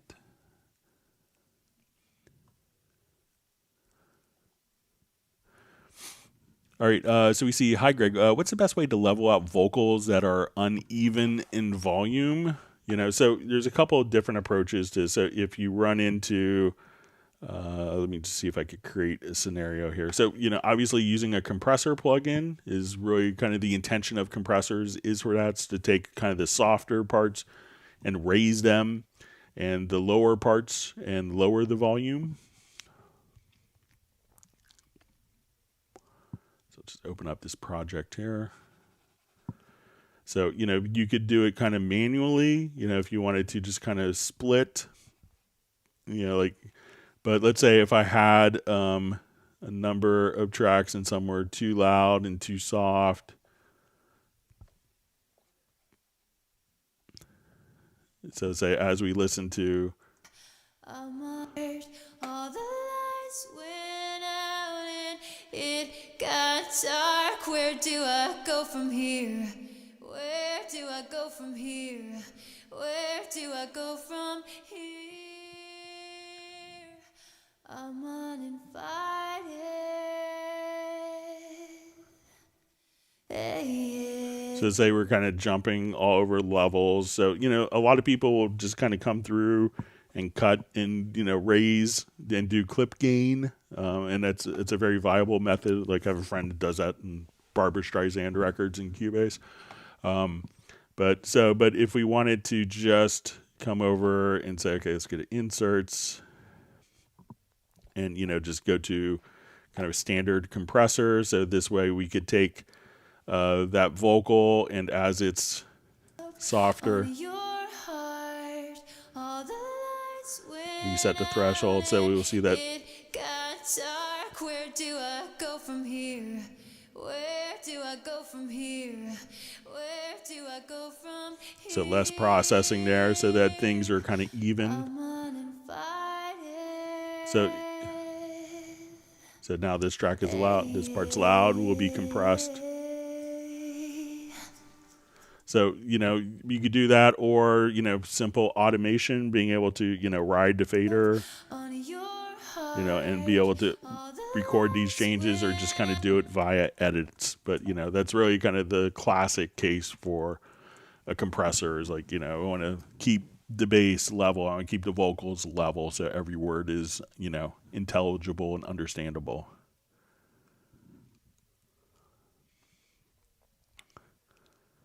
All right, wonderful Z. Graham Witcher says, soon it will be Christmas. Yes. And we hope your move is going well, Graham.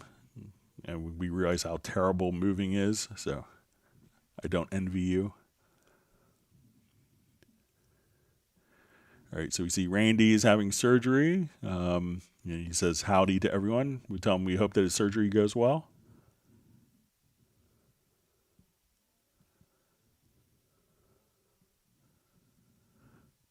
All right, so we see, why does the TD always default to 1/4? So is that time display, or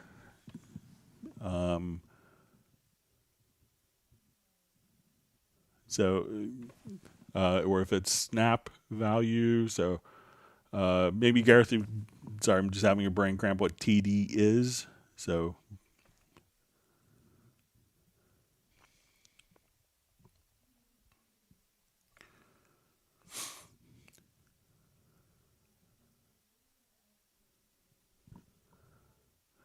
All right, so we see, Greg, I have 12 different kind of percussion tracks. Is there a way to add swing without quantizing swing? And I want to change the swing at any time as I wish. Is there a way? So yeah, so let's say,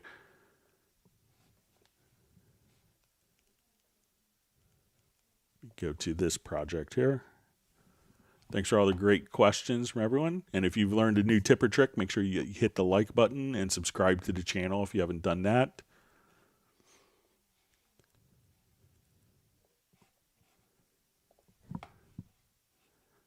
All right, we'll say I'll program the most suburban drum beat of all time here.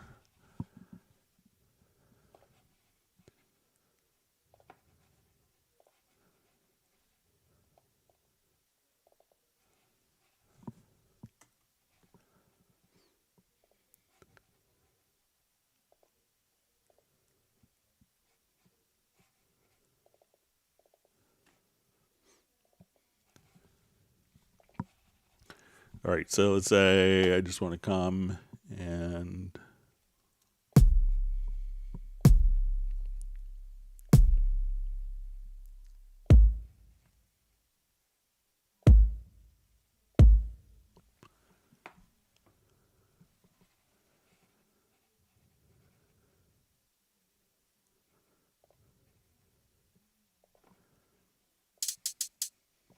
okay, and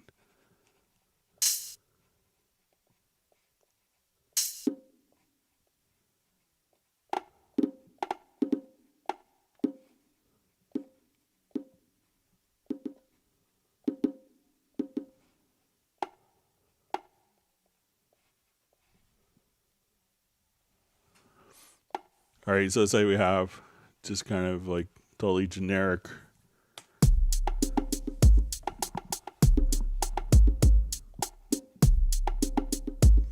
All right, so if you go to if it's with MIDI stuff, you can go to the MIDI inserts, and if you wanted to add what's called a quantizer plugin, this will just kind of, it's not going to actually change any of the MIDI notes. So I'll just make this a little larger here. So now if I wanted to add more swing, and then again, this is totally kind of like almost like a playback. So if I bypass it, then I can say, okay, let's make the swing kind of based on eighth notes.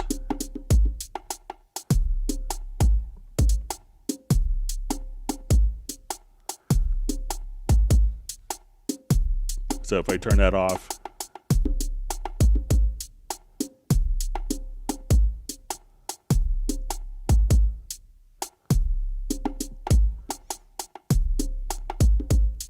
so, you know, experiment with the quantizer plugin, and then you're not actually, it's affecting it during playback, and it's not actually altering the data in any way, as you can see. So turn it off, straight,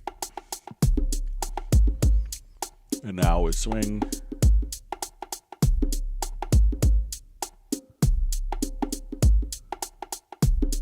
So let me know if that works for you, Patrick.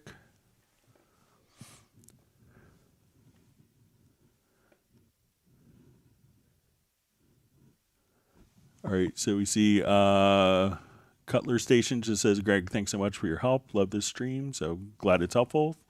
Thanks for being on and being a part of the live stream.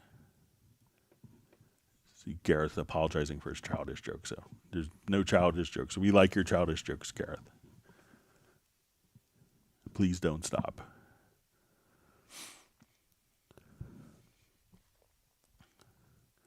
All right, so we see from the Studio International, Cubase is the very best, whether a DAW comes with it. Greg with all the knowledge twice a week and free. Thank you, Greg, so very much. Appreciate it. So thank you for the kind words. I'm glad to be able to help people.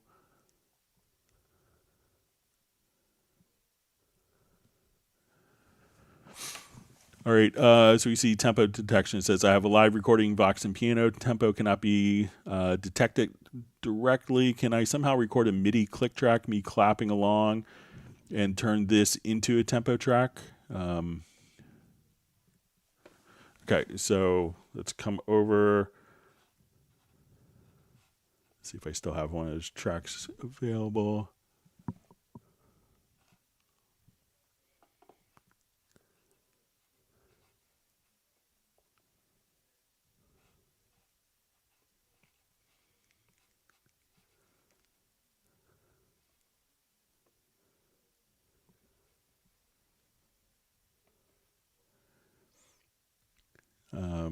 Yeah, so I'll just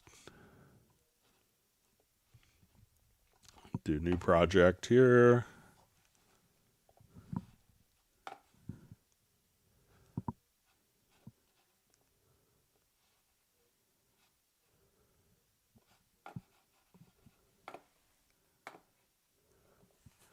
All right, so let's say we have project here, and we don't know what the tempo is.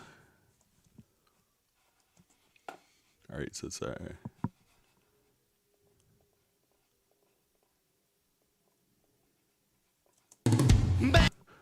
All right, so I'll just turn this down to kill. All right, so I'm going to just add a MIDI track.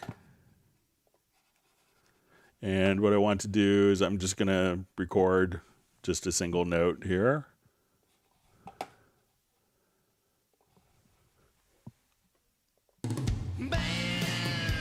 So I'm just tapping on quarter notes. Take it out of loop. Sorry about that.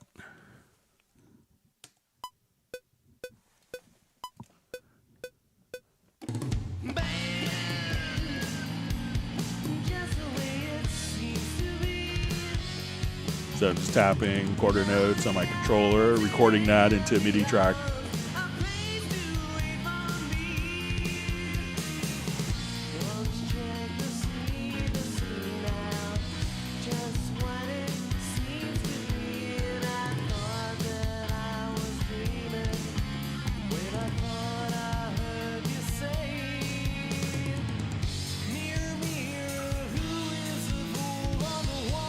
All right, so now I kind of did just a tap tempo here on MIDI. So if you go to MIDI and then go to functions, and you'll see merge tempo from tapping. Say, okay, I was tapping quarter notes, and at this point, just hit OK. And when we go to look at our tempo track,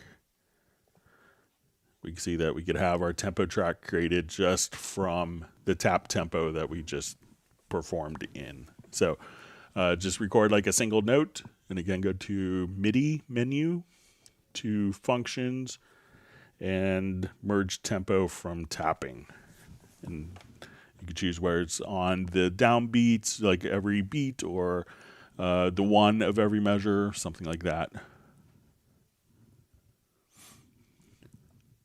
All right, so we have a question. Looking to figure out how to time warp drum tracks. Is there a way to warp all tracks at the same time instead of having to go through each track individually? I know there is group edit, so this could depend. Like this came in version 12. So let's say we'll go back to this project. And you don't necessarily have to revert it. It helps if they're in a folder, and you could do phase coherent warping if you wanted to. So if we have it in a folder, but you know, really it's just having the events selected. So let's say I want to take all of these particular drums here, and I'll just drop, I'm going to switch to the free warp tool and say, okay, I just want to come over here, and we're going to put in our warp markers. So, you know, we could choose to have these be, you know, phase coherent if you wanted to, like on the folder track. So we can say, okay, we can hit the phase coherent algorithm. So I'm just going to drop markers, and we can do this via hit points, you know, more automated as well.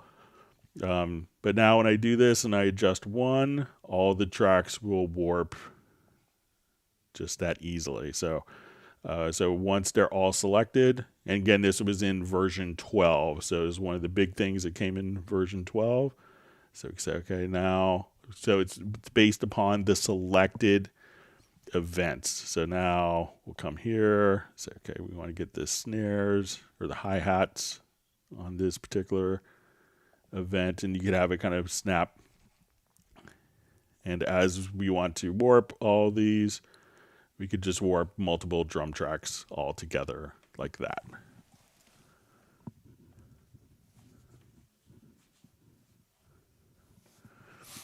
All right, so we have Phil Bartlett checking in. This is good morning from Victoria, Australia. Thanks for joining us from Australia. It's one of my favorite countries I ever visited.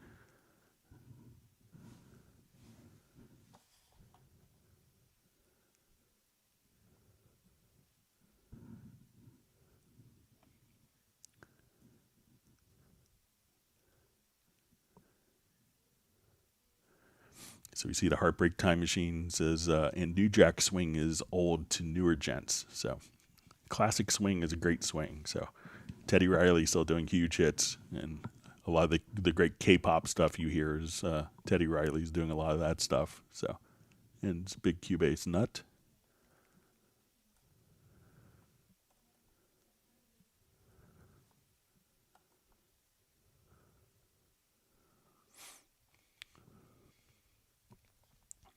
All right, sorry, my chat field jumped on me.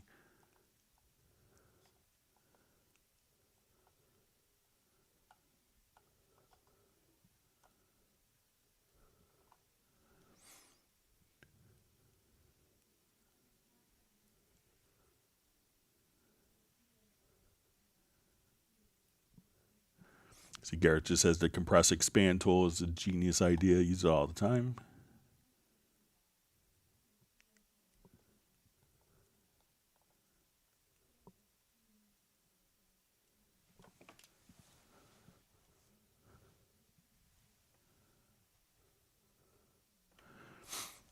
So did you see, Greg, why don't Cubase do some simple 1 or 2 minute videos like most underrated or unknown workflow and editing tips like you shown today?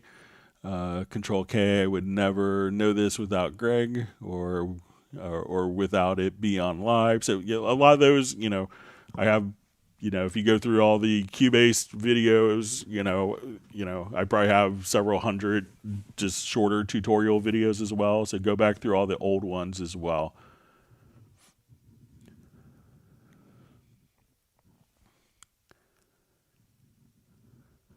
But I do have kind of a whole series, and hopefully when things slow down a bit over the holidays, I should be getting some other short tutorials available as well. And Garrett says, okay, so you see from Jan, a Cubase Index. So we see Phil Bartlett is just asking, Jan, can we ask any questions? So preferably on Steinberg stuff, but you can ask any questions. So I'm an idiot with other topics. So. All right, so we see from Jan, can Greg discuss timecode? When do I have to learn timecode and how to use it? Update origin, media, pool, event timecode position. Thanks, Jan. All right, so, there's, when we actually, let's say we record audio into Cubase, so I'll just do a new project here. So often when people say timecode, it may be, like SMPTE timecode or MIDI timecode that's used to synchronize Cubase with other devices where it's kind of a common reference point. So let's say if we come here and I wanted to record audio. So let's say I'm here and now I record an audio event. All right, and we look at our time code in seconds that we'll see about a little after 1 minute, 30 seconds, we'll stop. And when we go to, and this time code here is often what we call a timestamp. So it figures out exactly when that audio file was recorded. And this will be reflected directly. We can see it in the pool window. So we come here to look at the audio file and we'll see an origin time. And that is kind of the timestamp. So we can say, okay, we're at the origin time here. So let's say if I wanted to switch this to, bars and beats, so we can see our origin time just kind of laid out for us right here. We'll see the date and the origin time. Now, what the origin time is going to allow us to do is, let's say I was giving this file to someone else in a different program. What we could often do is kind of move the file to its timestamp position. And how we could do that is if you go to Edit and then select Move, you'll see Move to Origin. And what that's going to do is move that particular file to the timestamp of where that file was. So, and generally that timestamp is going to be represented in time as opposed to measure 13, beat 4, because if it's represented in measures, it varies depending upon the tempo. So that would affect the time. So it's going to be an absolute time position. So if I move this file, let's say I wanted to update the timestamp, I think we come over here to audio. We could choose update origin. So when we do this, now when I move the file and we choose to do a move to origin, at that point it's going to go to that new time-stamped position. So often when people are taking audio files between different programs, they'll create stems and it's like, okay, be cool, make equal length audio files of everything. And then we could just take it into other programs and say, start this file at this, at its original time. And then all the files will kind of be lined up directly to their original time.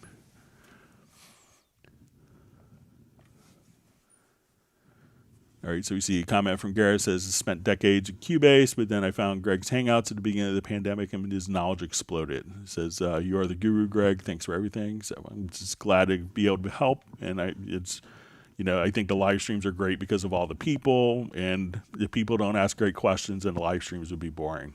You just hear me talking a lot.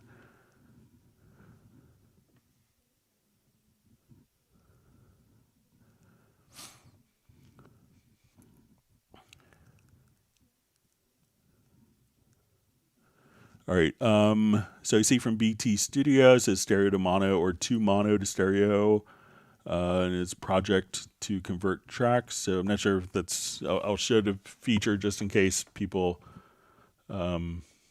need to see it, or if I'm not sure if it's a response to someone else's question. But if we have an audio file that's in stereo and we wanted this to be like, two mono files, we get a project here. And then we could say, okay, multi-channel to mono. So, and we could give it different naming conventions. Or we could say, I want to take my multi-mono to an interlead file. So we'll come over here and we'll say convert tracks. So mono to multi-channel. And then we'll choose this to be stereo and hit OK. And then we'll have our stereo file back.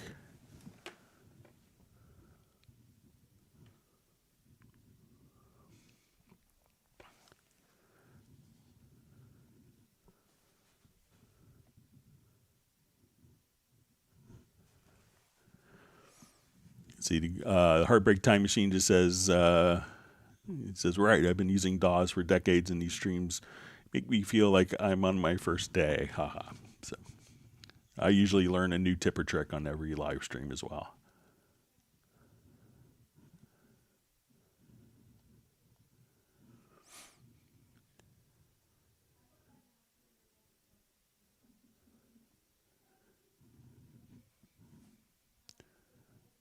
All right.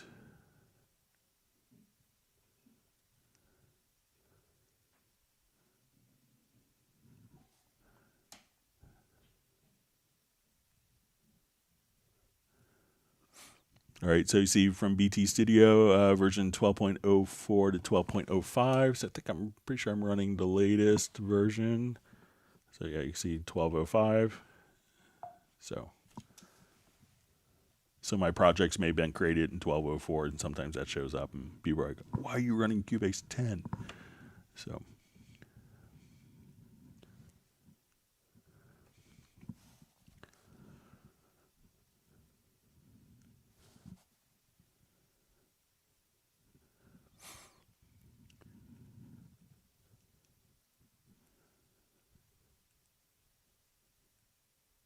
Okay. All right, so we see from Phil Bartlett, hi, Greg, I record jingles and it had to be exactly 29, 30 seconds, etc. How do you stop playback at exactly 30 seconds? Also in Fit Time Calculator, so if you want this, let's say, okay, let's come over here and...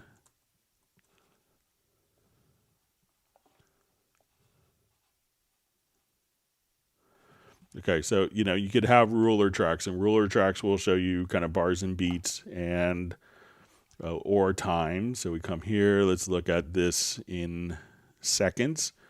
All right, so let's say at 30 seconds, we want to have a marker. So I'm going to come and just I'll add a marker track.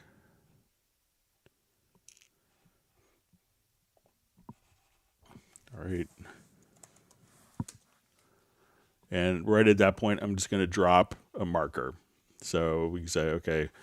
And at this point, I think you could go to transport, and you could, so let's say maybe my project, it's all mixed and everything is, but it's hanging over a little longer than 30 seconds.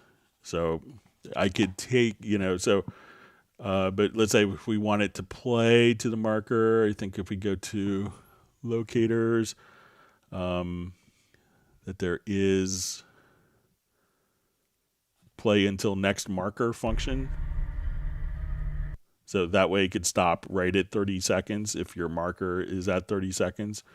So you could do that, and that will stop at that particular time. So let's say we have audio that is, when we look at this, and I'll just switch my time code here, and we see that this is 34 seconds long, and I need this to be 30 seconds long.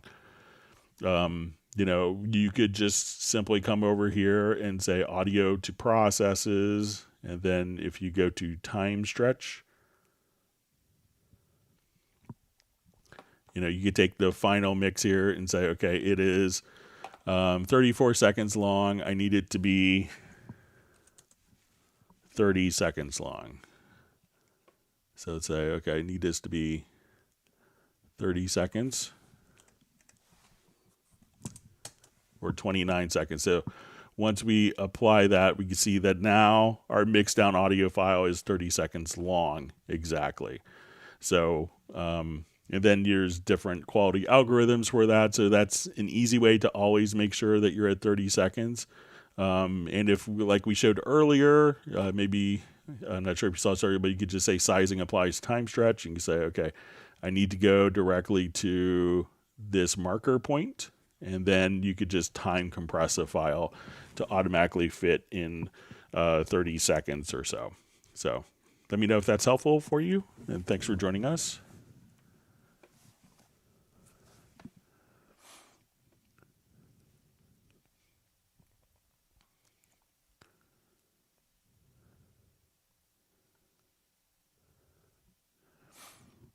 All right, so we see from John Koskian, thanks, Greg. It is a beat agent kits. Answer to dumb questions are greatly appreciated. So the only dumb question is not asking one. So.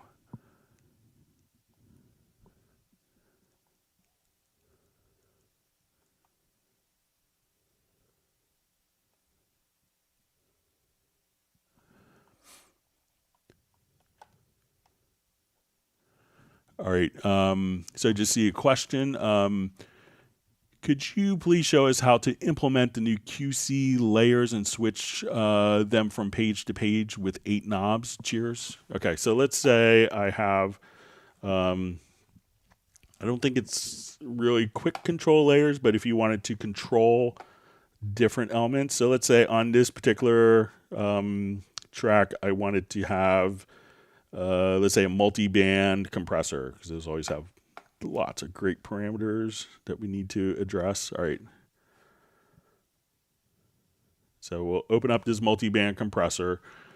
All right. Now, when we look at this, there's a little drop-down menu in all of the plugins. And we could say, let's go to the remote control editor. And at this point, we could see our plugin, and then we could see our remote control editor. So if we wanted to capture, a particular function, I could say, I want this knob to capture threshold. So I could come here and adjust the parameter, and this is assigned. So we have 8 controls, but we have, let's say, 9 banks of 8 controls. So we could assign these to our different parameters, and once they're set up, it's going to be saved with your project.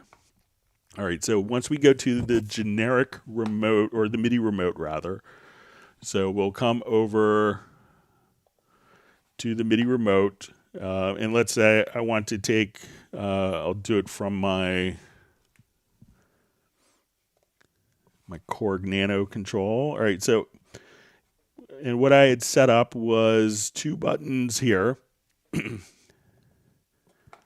And when we look at these particular buttons, we could say, okay, this is assigned.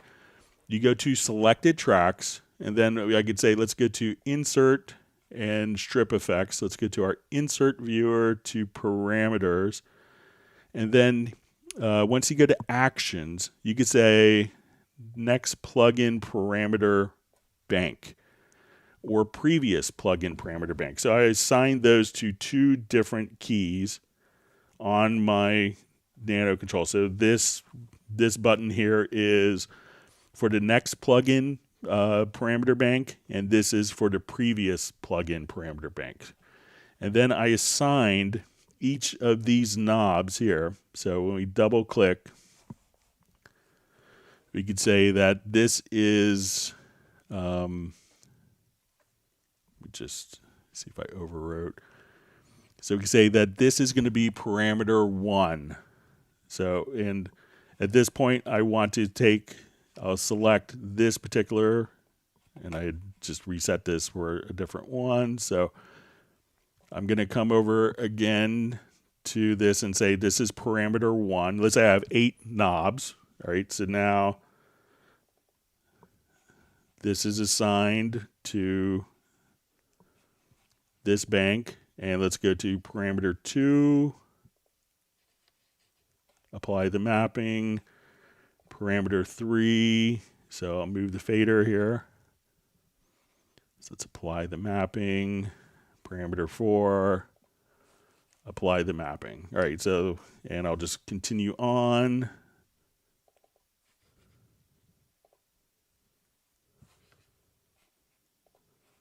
All right. All right, so now when I want to control, so I have 8 parameters that are defined here, not necessarily the quick controls, but parameters, because we don't want to be limited to 8. So now when I open up this, I could control my defined parameters right here. And then when I hit the next button, so I'll come here, and now I can control the different plugin parameters directly here on bank 2. So I go, oh, let's go back to the previous bank. And let's say if I don't click. So I could just come right over here and bank between the different plugin parameters here. So instead of only dealing with 8, here I could just bank to the next parameter bank and just have all of those configured exactly how I want in the order that I want. So and that was a great addition to Cubase 12.05.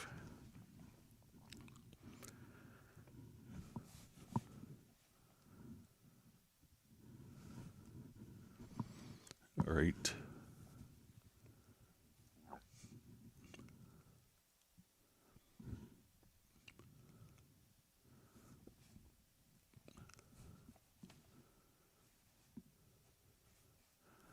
All right, so we have a question from Patrick. He says, Greg, a percussion loop which contains 4 different drums was dragged into sampler track, sliced, and recorded on my own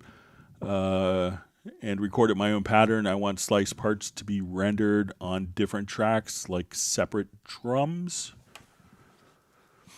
Okay, so let's come over here. Let me just open up. I think I will see if it's still in recent projects here. All right, yep.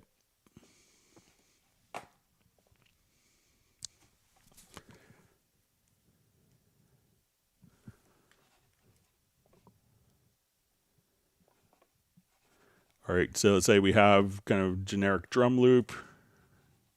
So I'll hit play here. All right, so I'm going to drag this to my sampler track.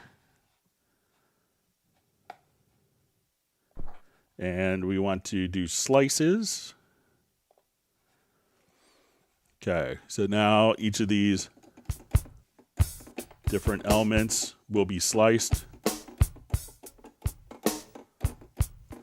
So what I want to do now is just say, Okay, I'm going to drag, we see the little MIDI icon. I'm going to drag that MIDI icon to the track.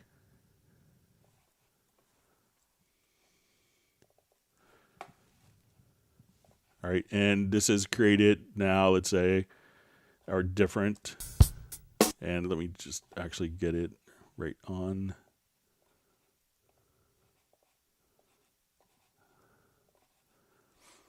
All right, so we'll solo this, and now when we place back,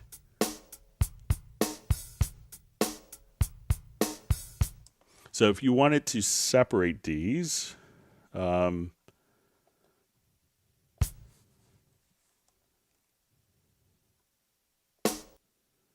let's say, okay, and I'll just audition. So say kick.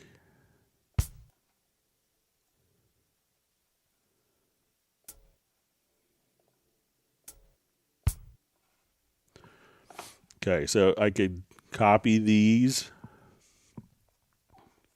So let's copy. I'll just duplicate this track without events.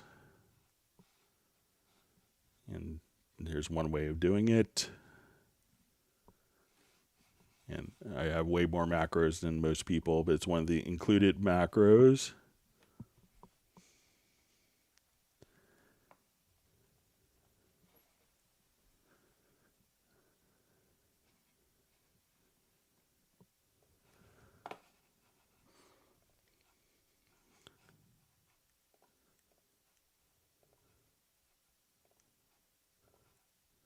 So if I wanted to come here, I could say, okay, we have, let's say, these.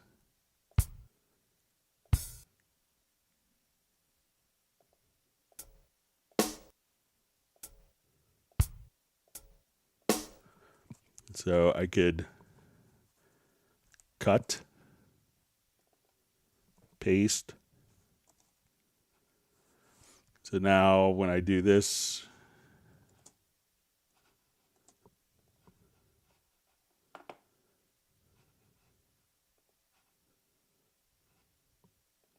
let's make sure it's still going to the same sampler track. But then what you could do is just kind of copy and paste, the hi-hats and snares and copy them to different ones. Now, if you do this inside of, if you have the full version of Groove Agent, because this is also pretty easily done inside of Groove Agent, but the full version, and I'll just show this in the full version of Groove Agent as well.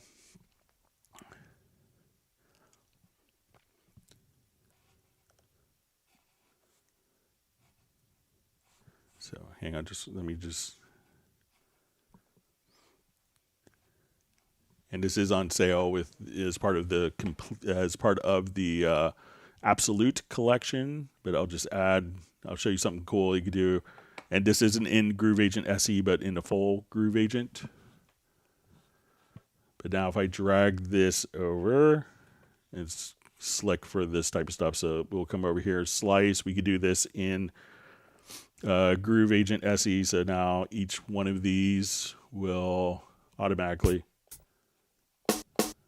be sliced. But the full version has something where, let me see if I can remember how to get to it. It's like a classify.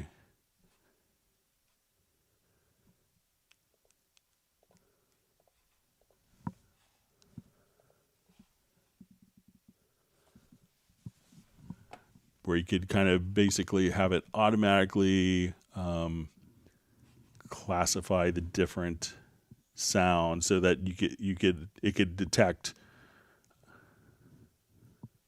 like kicks and snares or common sounds between them. I haven't done this in a long time.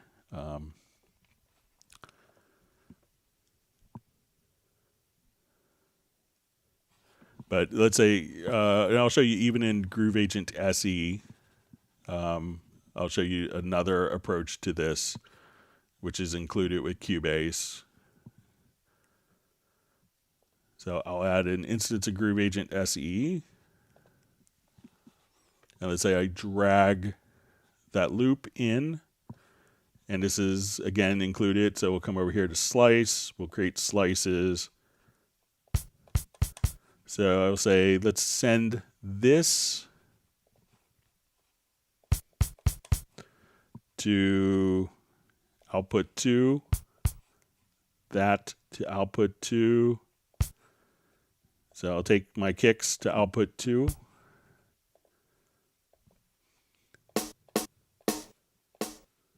And my snares, let's say to output 3.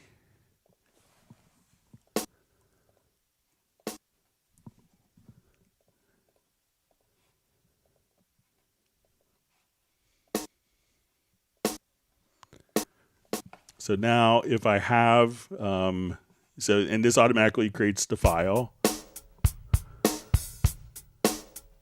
So now if I wanted to automatically split that, now that they're going to different outputs, I could come to edit, and then let's go to render in place. So if I wanted to go to my render settings, and now the kick and snares will all be rendered.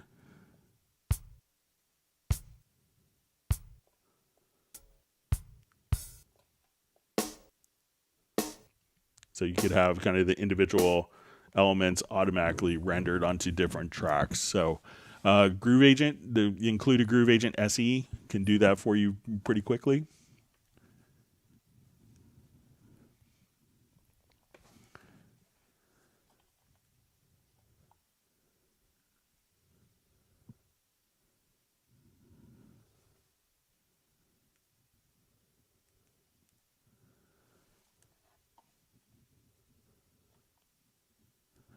All right, so you see from Filter Freak, says, sorry, Greg's talking about VST plugin, QC's not track, QC's, let me see if I could find the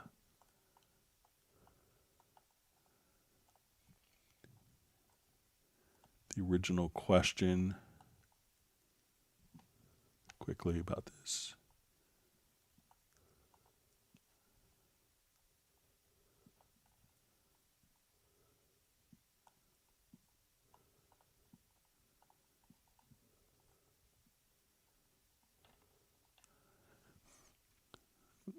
I don't see it. It may have scrolled off from the original, but maybe if you could ask again real quick, I could still get to it and see if there's a difference that I can point out to you, Filter Freak. Sorry about that. I'm just reading through it again. See if I see the original question.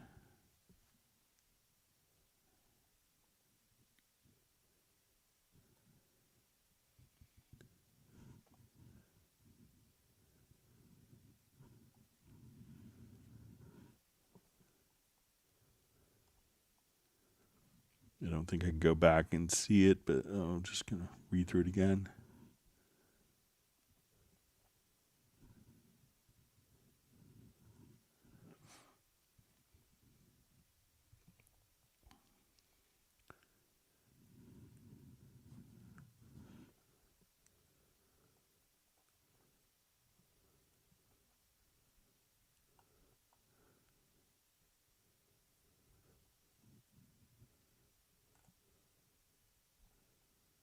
Okay, just reading through comments here.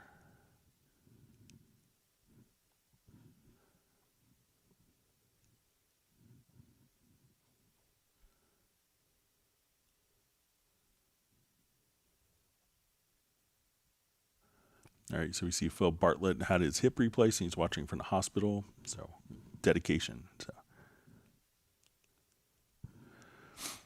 all right. So we just see from Gareth. Sorry, Greg. I meant tempo detection. I'm sure there's a valid reason. Just wondering why after tempo detection the time signature always defaults to 1/4. Because it's actually figuring out what the tempo detection is working on the beat. But we don't assume that your song is in 4/4. It could be in 3/4, 2/4, 5/4, 6/4, etc. So we don't want to necessarily assume that your song is in 4/4. So that's why it kind of gives you a generic meter that you could set, like especially if you have pickup notes and stuff like that. So that's the reasoning behind it.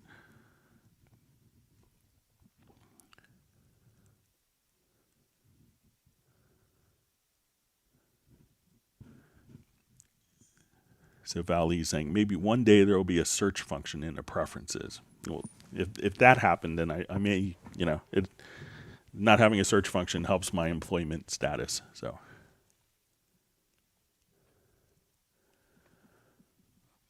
All right. So Phil Bartlett just asks, how do I reply to comments first time on? So I think maybe if you just type someone's name that you could just kind of enter in and they'll be kind of tagged.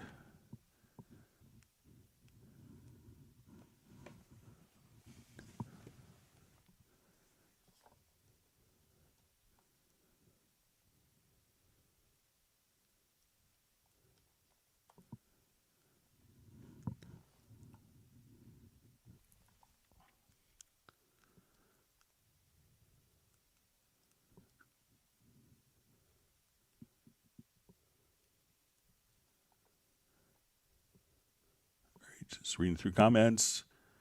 See the Tooster saying mind blown, great stuff. And Gareth is labeling it the mind blow of the day as opposed to revelation. So that's good.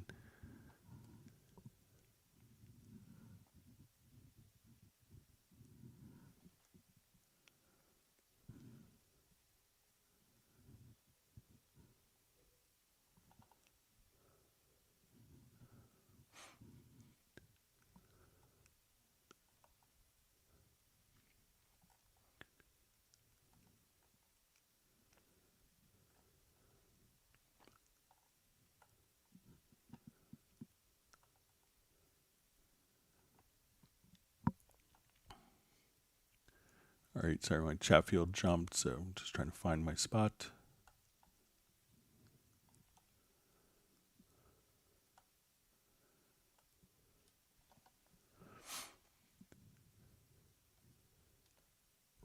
Okay, so we see from Valley, what's the automation writing thing with Virgin Territory? I can't find it. Also, I don't know the difference. All right, so let's say if we have automation going on, what Virgin Territory is, and if you go to the automation panel or hit F6, we can come up here and go to settings, and then there's use Virgin Territory. So this way, it's not going to necessarily write or have automation values that weren't written. So when I come to this particular track, and let's say we go to the fader. So if I just automate, helps if I engage automation. So let's say we're in the middle. I'm going to just come here and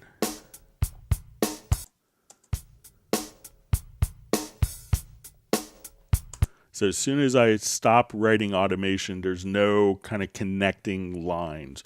So this way, if I rewound to here, it may not have an automation value that it's kind of going to until there is an automation point that was written. So that's kind of the intention. Now, if you wanted to join the different areas that were separated by Virgin Territories, you could, again, just come over here and say, so if you go to, let me see if it's under,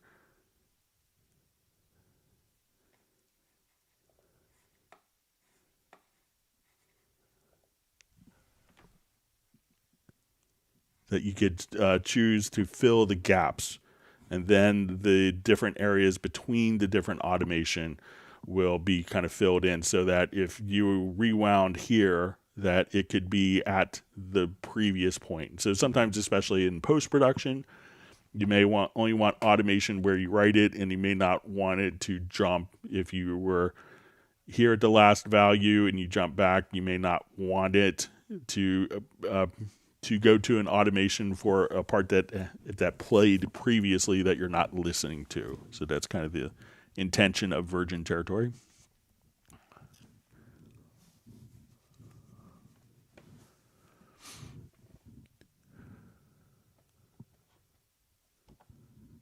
All right, we see Graham's comments, and we hope everything goes well with your new family situation. So.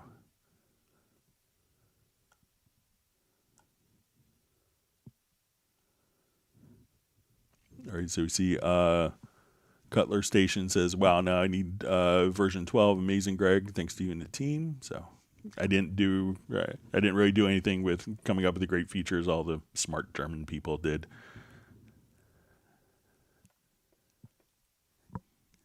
So I can't really take credit for it. I just show what they make.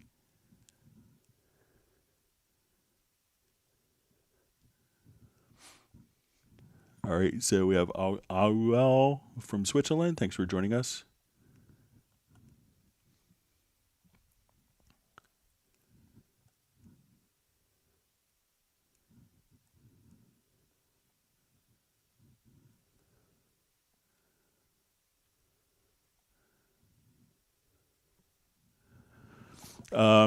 So we just see friends. Is there any K-pop producers who use Cubase? So, Cubase is very popular in Korea and for K-pop. I think Michael Teams had, I see he just says JYP uses Cubase, but yeah, there's a lot of K-pop stuff that's being done in Cubase.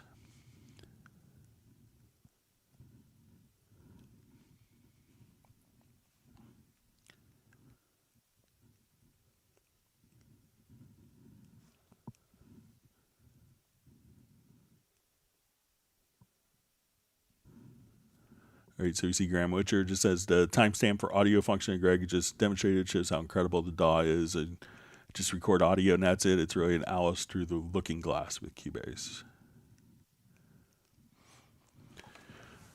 All right, so we see from Jazzy Lamel. Hey, Greg, how do I generate a SMPTE timecode from Cubase? I'm trying to sync a client's ADATs. So the ADATs, if you have 9-pin like ADAT sync, that's a good way to do it. And if you have like a BRC unit, and there was like even Steinberg back in the day, like 93, 94, we had an ADAT computer interface that would allow you to do MIDI machine control for the ADATs. It was actually designed by Marcus Ryle, who came up with lots of products for Oberheim, and the founder of Line 6. But if you want to be able to send time code and have like a tape machine synchronized and have Cubase be the master, which kind of makes sense, we can create an empty audio track. All right, so let's say, okay, we're going to create an empty audio track, and we want to have it go directly out of an output. So because it's actually going to be an audio signal. So let's say, okay, I want it going out of my right output. And at this point, you'll go to Inserts. And let's go to, I think it's under Tools. And you'll see SMPTE Generator. You could set your frame rate. And now when you do this, I'll turn the volume down. As you play, it'll just generate SMPTE timecode. So we could just come right over here and have SMPTE. So this way, Cubase could be the master, and we have people that use this with kind of older consoles to kind of drive the automation of the consoles. So they hit play in the window or Cubase, and the timecode's being fed out to the console, and the automation, if they need to sync the automation of the console up, you could just simply have Cubase be the master, so you could switch different frame rates. So if you wanted to come over here, you could just have it automatically generate code or lock it to the transport. So that's how you could have Cubase automatically generate SMPTE timecode for you. So it's a great feature. I think the story I heard once was Charlie Steinberg forgot his sync box, so he just wrote a SMPTE timecode plugin back in the day.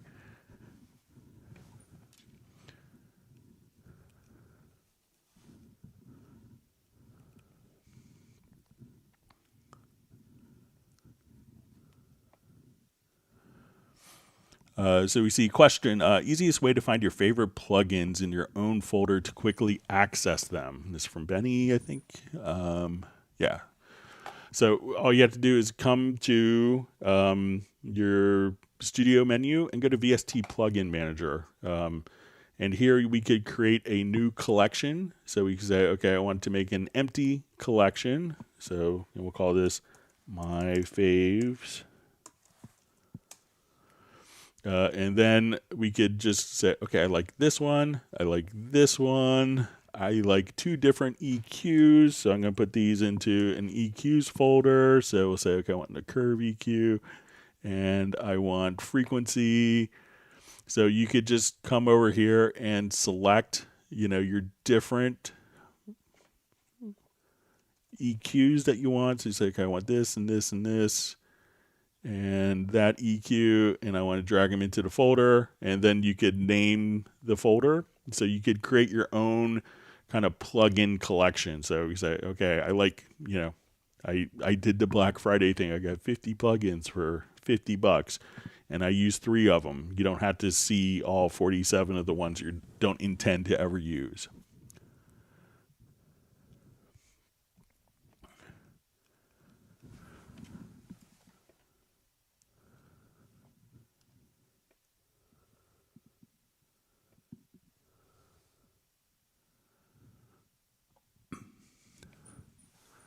All right, so I just see, Greg, I usually put pad and some percussion elements into a group track, and I automate with LFO to get a sidechain effect. With Ableton, it's easy, but I feel it's harder on Cubase. Can you show us how to do it? Okay, so let's do new project here.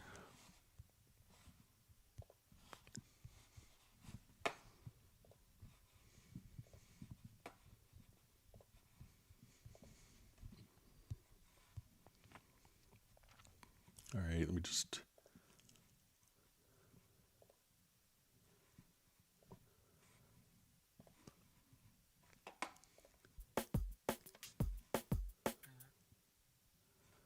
Let's just see if I can find a quick percussion.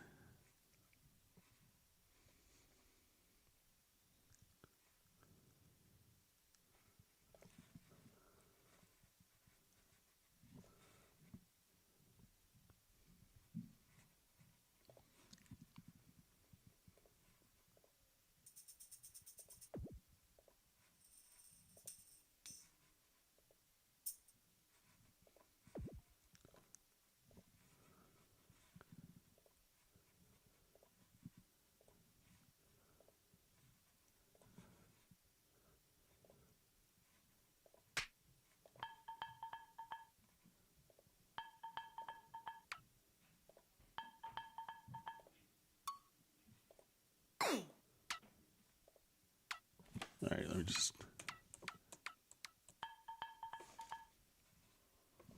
All right, so say I have that.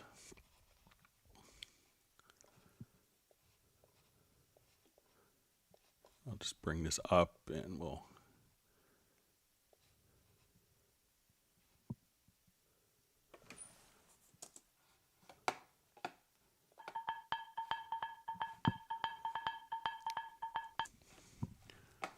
All right, and let's say now I just want to find a quick synth pad.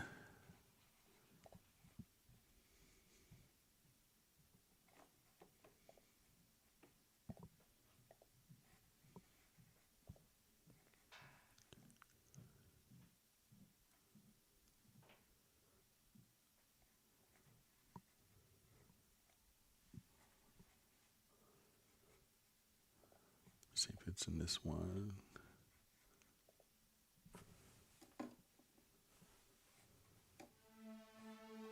Okay, so let's say.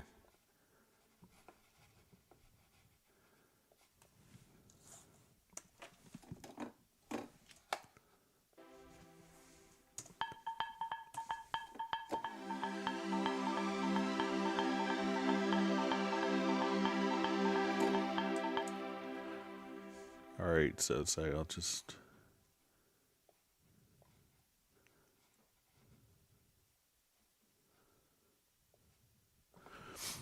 All right.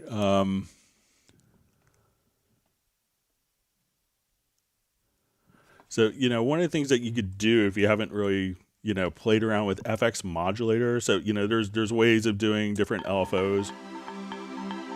If you wanted to, let me just throw like a kick or like quick kick loop.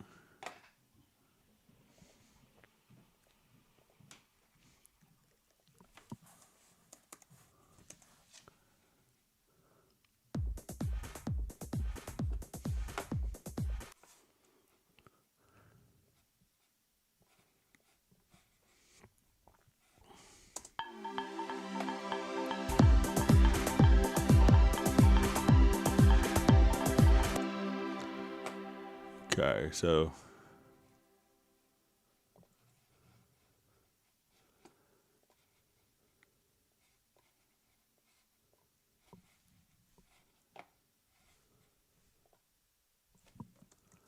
all right, so let's say if I wanted to, just do, if you haven't checked out like the, so let's say if I wanted to come here and do different LFO type of effects, check out, like when we go to FX modulator. So if you wanted to just come up, so let's say under modulation, so let's say, okay, I just want this to do, let's say I want on the pad here, and I want this to do panning. So we'll come and I'll run the FX modulator here.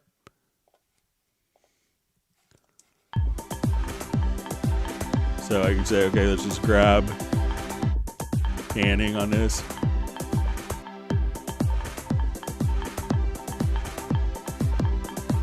And I wanted to add in our module that was volume. So we'll just come over here.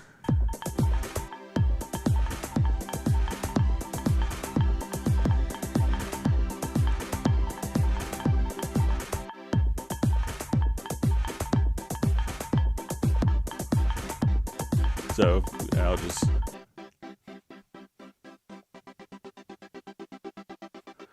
so now if I say, okay, let's make our panning go. And then if you wanted to just come over and just drop in different LFOs, you could do that. And let's say, okay, I want to take this and run it through, different, and if you wanted to add your own shape or be able to kind of, so let's say now we go and come over here to volume and say, okay.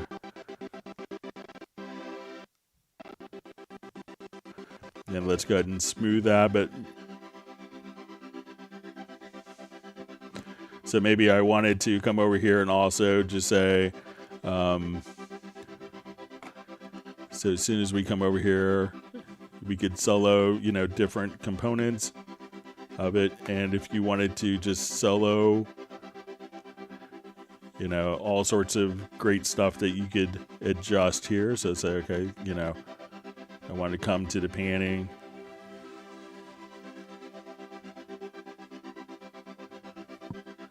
So, play around with this plugin if you wanted to. And you could run this on different stuff. So let's say I wanted to come to this track.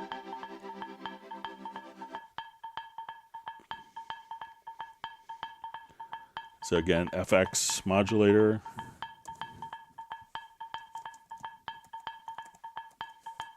And you could have up to 6 different FX modulators. So it's a, okay, this I want it to be,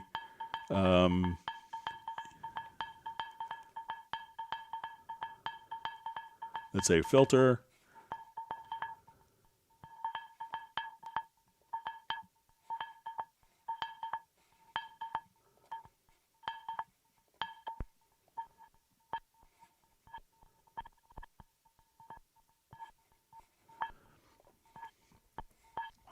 So you could just kind of come over here and do all sorts of LFO effects using that plugin. So there's other LFO methods, but if you haven't really explored the FX modulator, please take a time to spend time with that. So.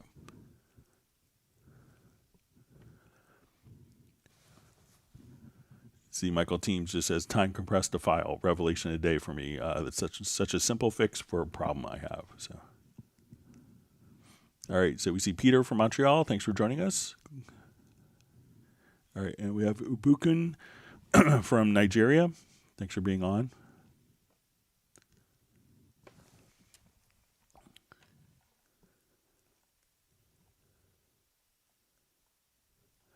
All right, so we have a question from Matt Lewis. It says, hi, Greg. Sorry for the basic question. Could you explain the definition of mastering a track, please?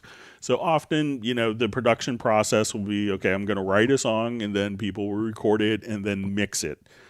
Now, once the mix has been completed, often it goes into mastering. Mastering was kind of often traditionally another level of quality correction. And let's say you mixed your project in different studios and different time periods, different formats, different tape machines, different consoles, and they all sounded slightly different. The mastering would kind of make all of the mixes sound cohesive together. So like when you were doing an album project, you wanted it to make sure that, one track wasn't softer, and one track wasn't 6 dB louder than the next track.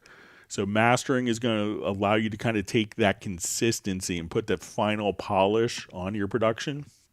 A lot of people think of it as, oh, it makes my project louder. So people often kind of do gain adjustment and like compression, multi-band compression, and limiters in the mastering stage to kind of get it to, like a term I used to hear in Nashville all the time is like, I want to hear money out of the speakers, to kind of make the mix, kind of sound and pop versus other projects. And that's often kind of done in the mastering stage. So it's kind of taking not the individual elements, but kind of taking the entire file, the mixed file, and then enhancing that and adding a different level of quality assurance to that. Some people will use a dedicated program like Wavelab. Some people will do processing inside of Cubase. Either way would work.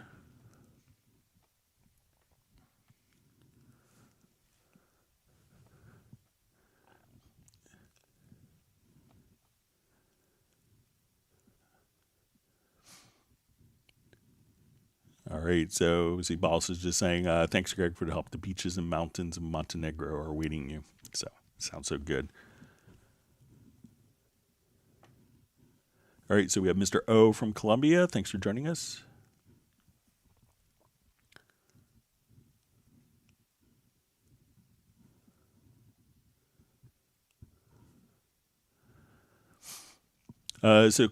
Question, any tips on mastering tracks for vinyl release using Cubase 12 Pro? I messed up previous attempt really badly, very embarrassing. So realize that a lot of vinyl, you want, the one thing that people kind of aren't used to in preparing files for vinyl, because vinyl is kind of a limited frequency response. So, they would put circuits in to make sure that the bass would come through and be enhanced, because if you cut the record, deep enough to add the bass, or if you added more bass on the vinyl, there's a good chance that the needle could kind of pop out of the record. So some people will treat it slightly differently. I know some people just kind of, do their mastering and don't really consider the format so much. But if you figure out like what your mistake was, so, the one thing I've heard from a lot of friends is, oh, I'm not used to having to dial down my bass because the stylus will, the needle will pop out of the groove. So stuff like that. But I haven't done any mastering for vinyl in years, like 30 years.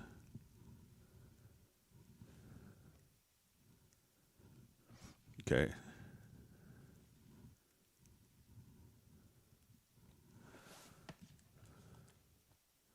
All right, so we see Mr. O just saying, oh my God, I didn't know that Groove Agent could split drum loops and samples like that. So,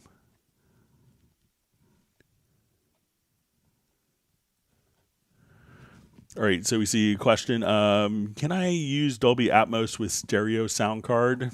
So what you need to do if you're doing kind of an Atmos setup is, so let's say if here let's check my sample rate. So let's say I'm at 48K on my sample rate. So you can monitor binaurally. So let's say,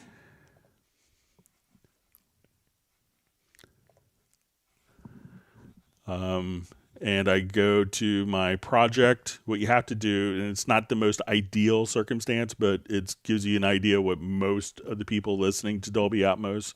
So I'm going to go to my setup assistant. We'll just kind of check all the boxes, and what you need to do is on the trim and down mix is just to select binaural. In an ideal world, you'd want to mix with multiple speakers, like 712 setup or 714. That's the ideal scenario, but you can do it with a stereo sound card. You just need, and this is where you're going to monitor not with speakers but with headphones.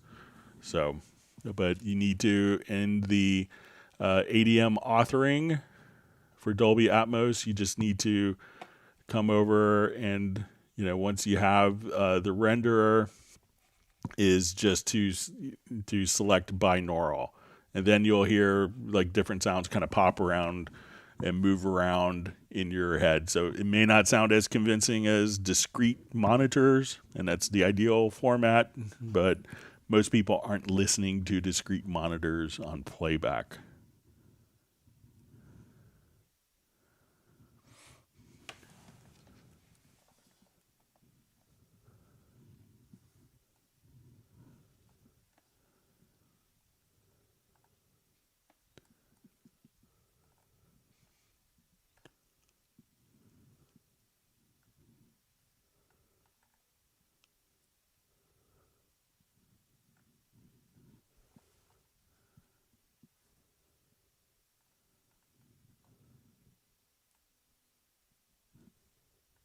All right, sorry,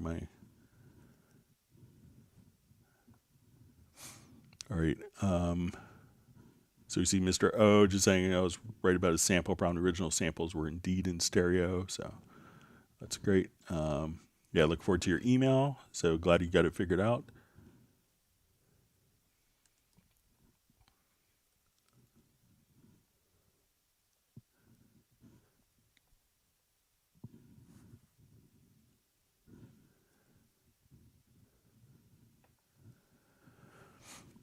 So we see from Relaxing Sounds, will amp envelope automation be fixed in Groove Agent? It hasn't worked for 2 years. So I did pass that along to the Groove Agent team. So so hopefully they'll be able to kind of take a look at the issue, or if it's an intentional thing or an oversight. But I did pass it along. So sorry about that.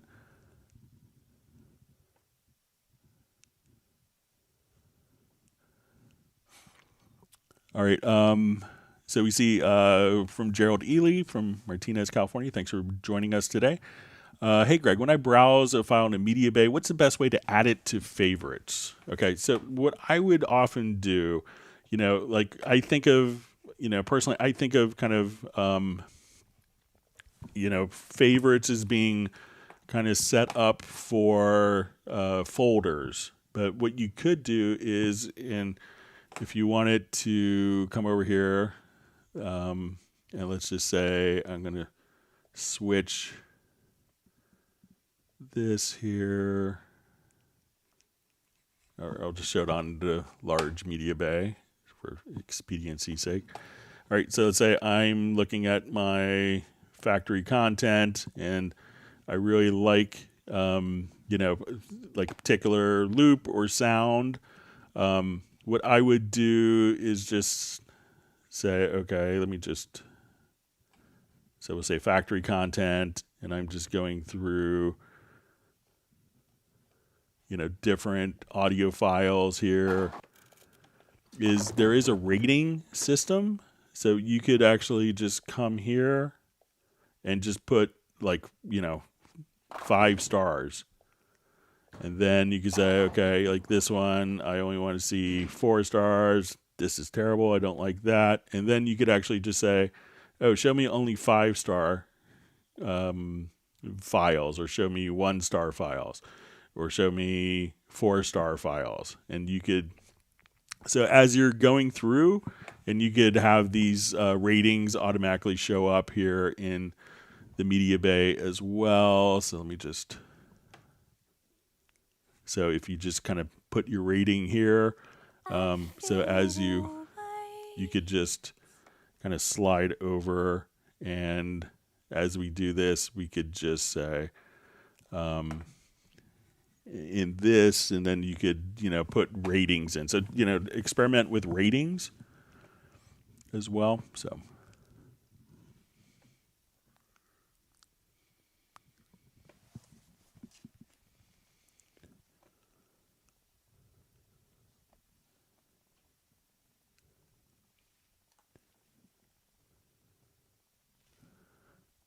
Okay, just reading through different comments.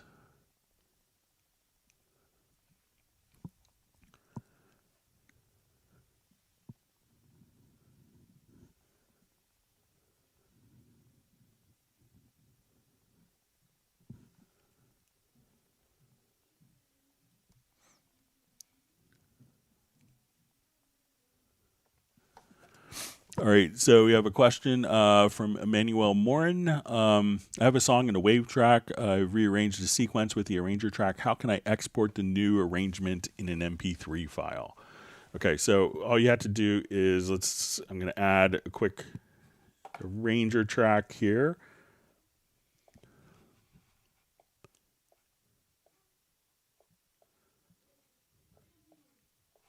Okay, so now I'll come.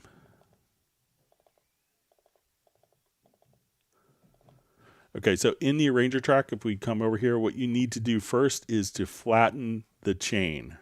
And then once you flatten the chain, that will copy all of the parts out for you. And at that point, all you have to do once the chain has been flattened so that kind of takes your non-linear arrangement here. And again, I'll just say, we'll do it in the current project here. So, and that will take your non-linear arrangement and turn it into a linear arrangement. And then once that's done, just do an export, audio mix down, and choose MP3 as your format. So again, on the arranger track itself is just come right over here and click on the edit button and select flatten chain, then export.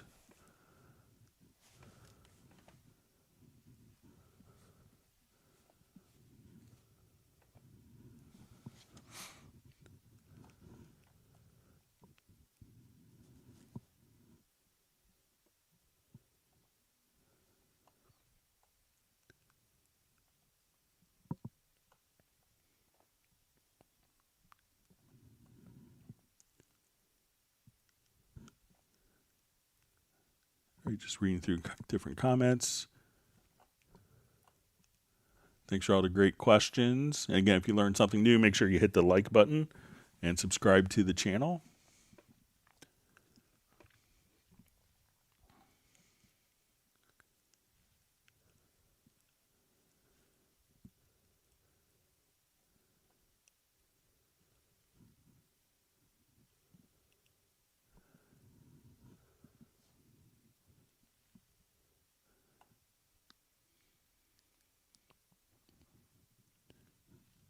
See, Spike Williams says, so it wasn't the high frequencies so much as the bass causing the problem. Maybe time to buy Wavelab too. So yeah, and Wavelab's on promotion now, so you get it for 50% off for Cyber Week's promotion.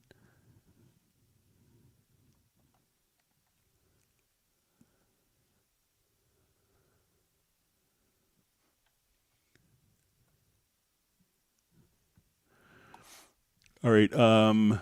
So we see question between Mac and Windows, which one does Cubase work more effectively on? So I go back and forth all the time between, like I have a Mac for work and my personal studios on PC. So I go back and forth all the time, and I think that they're, substantially similar. So, you could buy like a really Mac with 8 gigs of RAM and, a small display, and that won't give you a great experience. There's could be more peripherals in Windows that could cause problems, but going back and forth, as long as you've done like a latency monitor, like the latency mon, to make sure like your drivers are performing well, you should be able, I don't have a personal preference. Either way, so.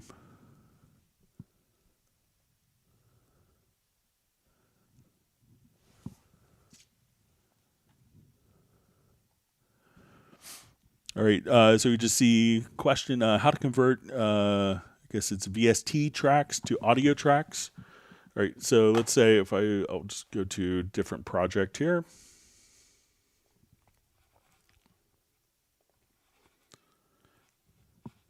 And I'll activate it.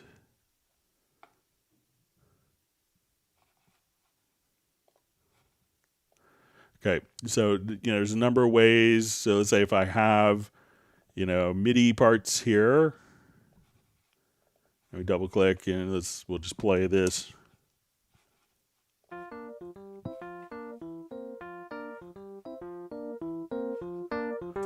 All right, so as we do this, you could select the track or the event and just go to Edit to Render in Place. And then you could have it as one event, or if you have multiple events selected, you could do it as block or as individual events. We could have it dry or with channel settings or send effects. You could mono down mix it if you wanted to. So I'll just say render. And I always do this where it's just, so go to render in place again. And then you could just see, it'll just be rendered as an audio file, just like that. So again, just come over and do a quick render in place. And then you can convert the VST to audio, and then you could unload the VST tracks as well to save up CPU.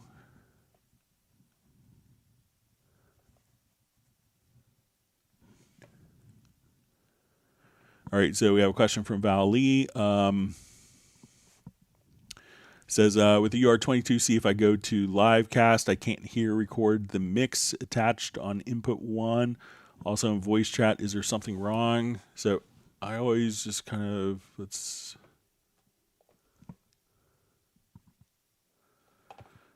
so I assume that when you're here that you have, so make sure that I think it only works with like input 1. So make sure that you have the correct, so with Livecast, what this will do is it'll transmit the audio out to a program like Zoom or Microsoft Teams or OBS. And then you could incorporate the microphone directly into here, but I think it needs to be on input. You need to be connected to input 1. And then you have voice chat where you could not re-record the signal and kind of create feedback loops, like if you're interviewing someone. So make sure that you're on input 1 with the microphone.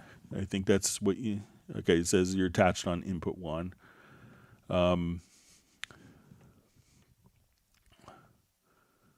But every time I've tried it, it's worked. And make sure your microphone, if it's a condenser microphone, make sure that it's actually, you have phantom power enabled. So check that as well. See, Mr. O is just saying absolute bundles going for 250 euros. Get it now. So that's great. Okay, Filter Freak is just saying 135 likes each session. Hit that button.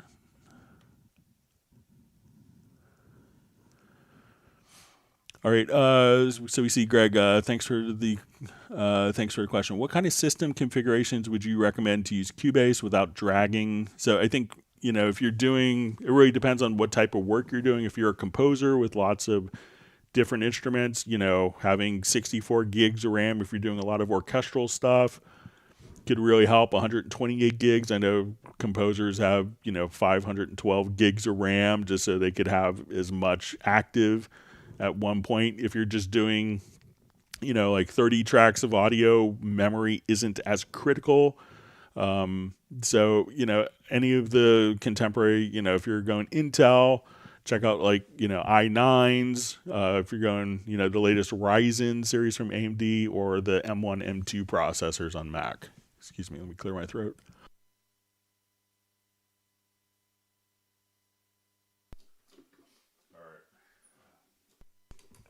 All right.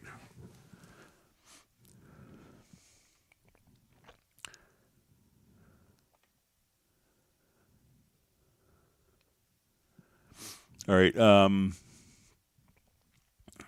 So I guess a follow-up question, is there any preferences which allow to select the latency? So, pretty much all the audio interfaces will allow you to adjust the latency.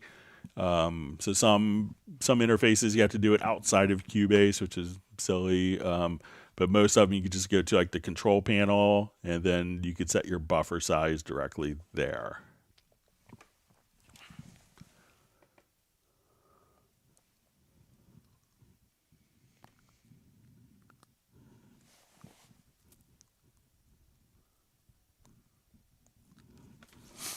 Okay, so we see from Jazzy Lamel, hi Greg, I have a hard time trying to import an MP4 file, and sometimes I can't even export one.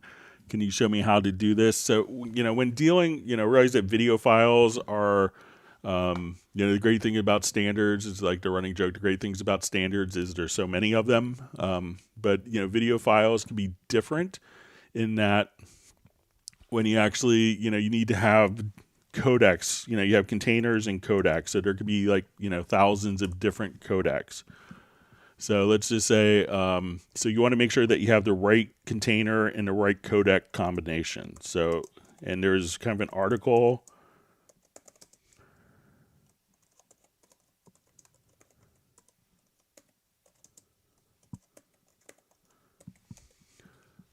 So video support in Steinberg products.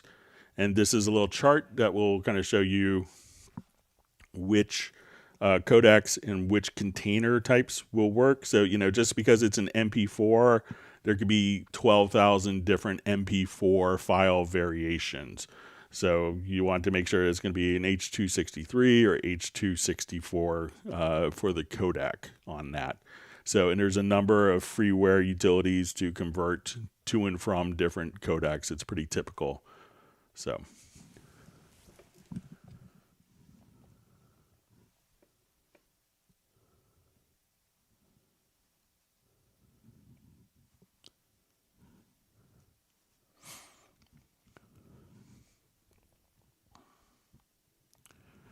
All right, so we see, hi Greg, question, are sampler tracks mono or stereo tracks? Can I change this? Would this affect stereo mono inserts? So there's going to be a stereo output for the sampler track by default, but let me see if I could add a sampler track. Yeah, it's not. So sampler tracks are going to be stereo, so which makes sense because it's going to be played back through like a stereo source out to your two speakers. So, and that will allow you to, and your effects will be running in stereo. So if you needed to add a sampler track in stereo and you wanted mono processing, just add the sampler track. And then you could send that track to a mono bus.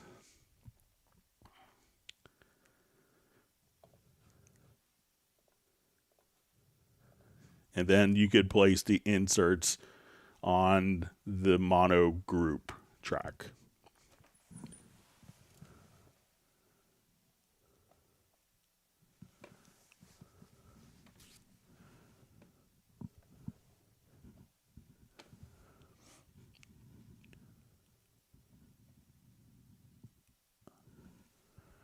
All right.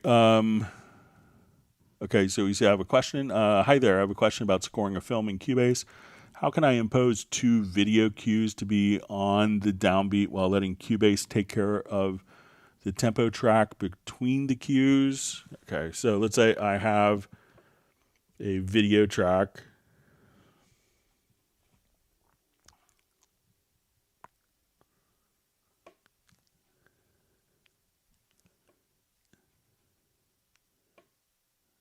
May have one. Oh, there it is. Sorry. Brain cramp time.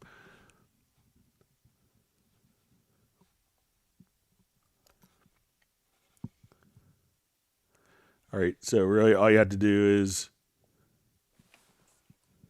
I'm going to select two videos here. And, what we could do is just simply, have one video track that starts later than the other one. So, if you have, different videos, you can come and even just kind of drag and drop videos. But if you wanted to just import, so you could have, one video file start right here at times. So if we wanted to, just come right over here, we can see the Steinberg office. And then if you have a different video file, those can just start in one video file at the same time, or you could choose to have two video tracks. And then as we do this, we could say, okay, I want, let's say you had a video that was edited, so you could have the original video, and then you could have perhaps like a video that's been re-edited so that you can make sure that all of your changes from the original, and then you could make that work with the new video edits, which are kind of always seem to be inevitable.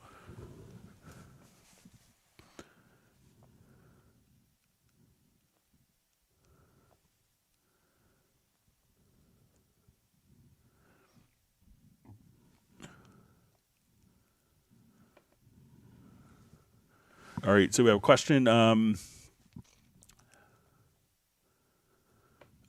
Is there any Steinberg Academy whereby I can learn and earn certificate?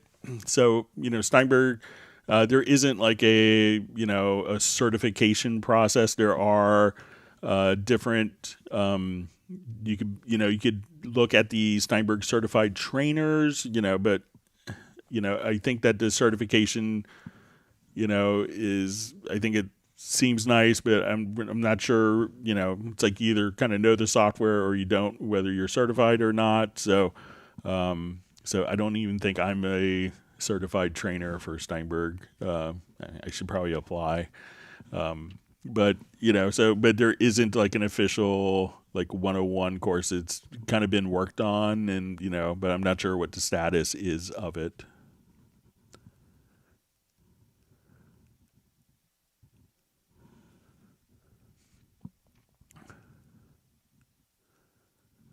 All right, so we see from Gerald Ely. Hey, Greg, at the top of your media bay, in the side window, you have buttons for categories, ratings, etc. I don't have.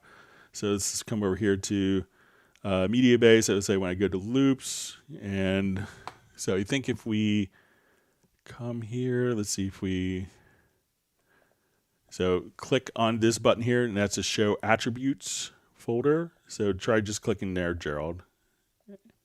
And then you should be able to see like category, subcategories, and set those as you'd expect.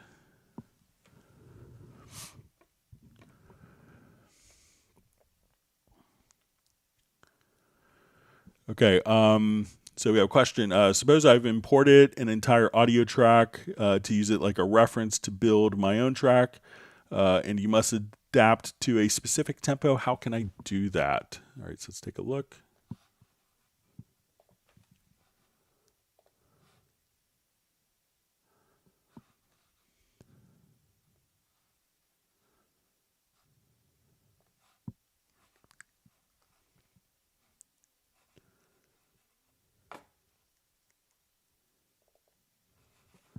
All right, so let me just. All right, so say, and so let's say we're going to do a quick tempo detection of this file. So it's a. So again, I'll just come to my project window, project menu. Let's do a tempo detection. So let's analyze it. So if I want this to be perfectly steady,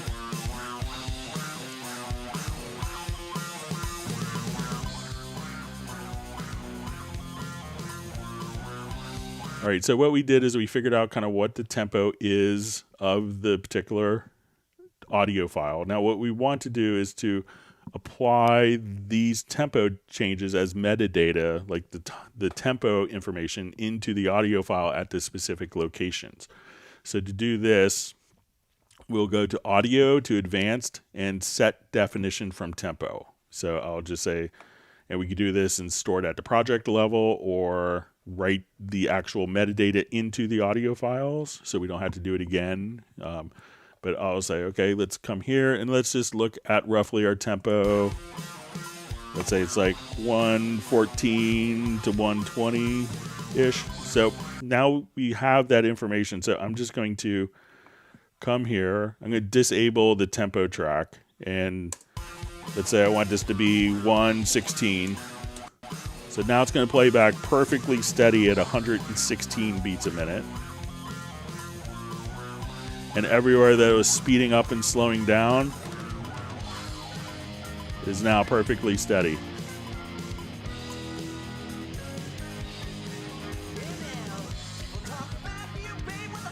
And if I want it to be faster, but still steady at 134.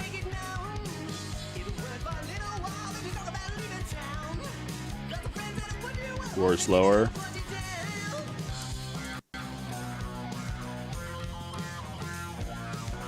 So you could just simply, do a tempo detection, figure out what the files are, and then go to audio to advanced. And then what you want to do is to set definition from tempo, and then, you could take it off from following the tempo map. You can edit the tempo map. So you can say, okay, I want this to be tighter. Or I want that to be more varied in tempo, or I want it to crescendo up to right there. You could do all those different things, or just turn that off and put a static value for the tempo so it's consistent and steady.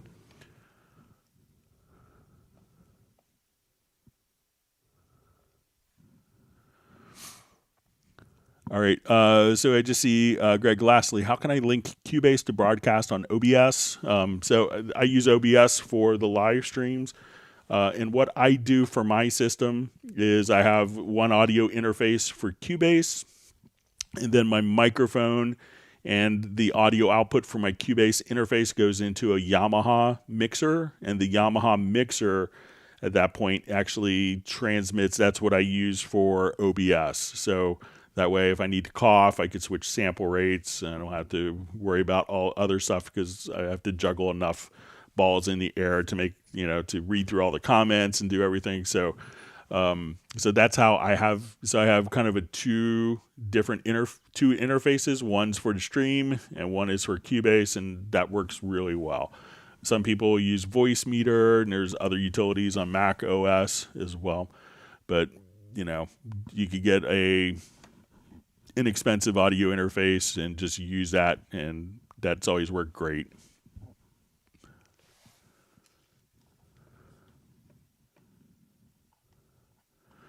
All right, so I think I'm at the end of questions. Let's go to some of the questions that were submitted in advance. So thanks for all the wonderful questions. All right. All right, see we're at 140 likes. It's fantastic. Thanks to everyone. All right, so we had a question. Is there any way to generate vocal harmonies? All right, so let's show you how to do this. So I want to come over to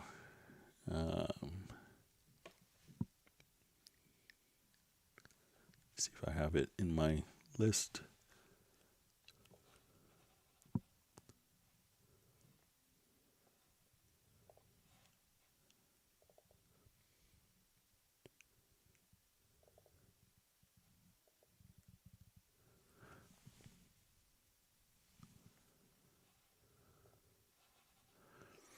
Okay, so let's say we have in this project just like kind of a piano and vocal.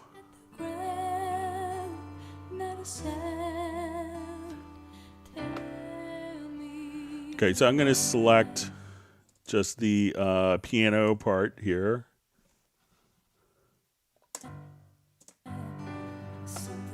And I'm going to figure out what chords they are. And I can do this from audio or from MIDI, and I'm just going to drag this up to a chord track.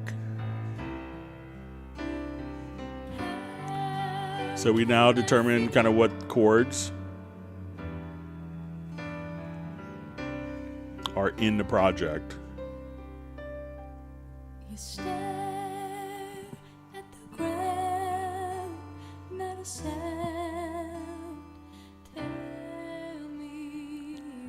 So once we know what the chords are, I could select. So I'm just going to select this phrase, I think where she said, tell me why. And I'm going to go to audio, and then we'll say generate. We won't click on the spectrum analyzer. Let's go to audio, and we'll see generate harmonies, generate harmony voices. And I'll say, let's just do 3 harmonies for that particular range. I'll just kind of select these and move them down. I'll just adjust the gain. And now these will automatically look to the particular chord track and be musically correct.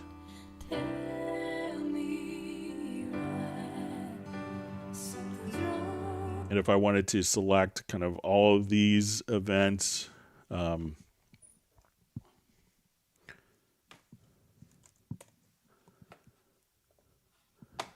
could now come over and let's say I'll go to like just very audio editor, and now I could just kind of see all the different harmonies. Not a sound, tell me why. And if I wanted to change different voices, I could change the different notes like that. So once again, figure out what the chord track is so it knows where to place the harmonies, and go to audio menu and choose generate harmony voices, and then you could just have your harmonies done just like that. All right, so we have a question. Hi, Greg. I'd like to create a logical editor preset that copies every voice of a MIDI chord event to dedicated track. The chords have 4 voices, example bass, root, third, fifth, and I want to extract them from lowest to highest part and have them as string sections. How to do that? All right, so I think I have an example set up here.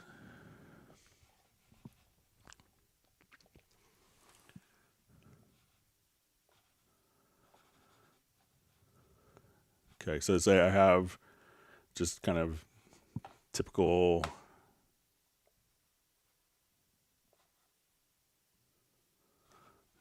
quick string part here, and I'll activate this project. That would help.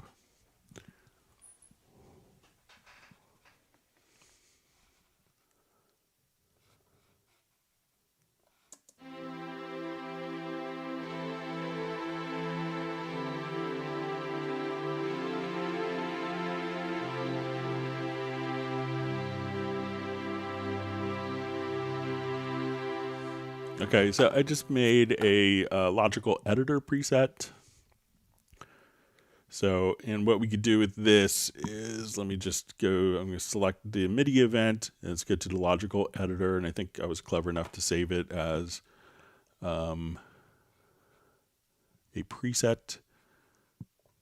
Okay, so I'm going to just automatically choose extract to new track, and then what this will do is it's going to take our MIDI notes and it's going to select and we're going to say context variable is equal to note, number, and chord. So this is going to basically just take the lowest note in a chord and copy it and extract it to a new track.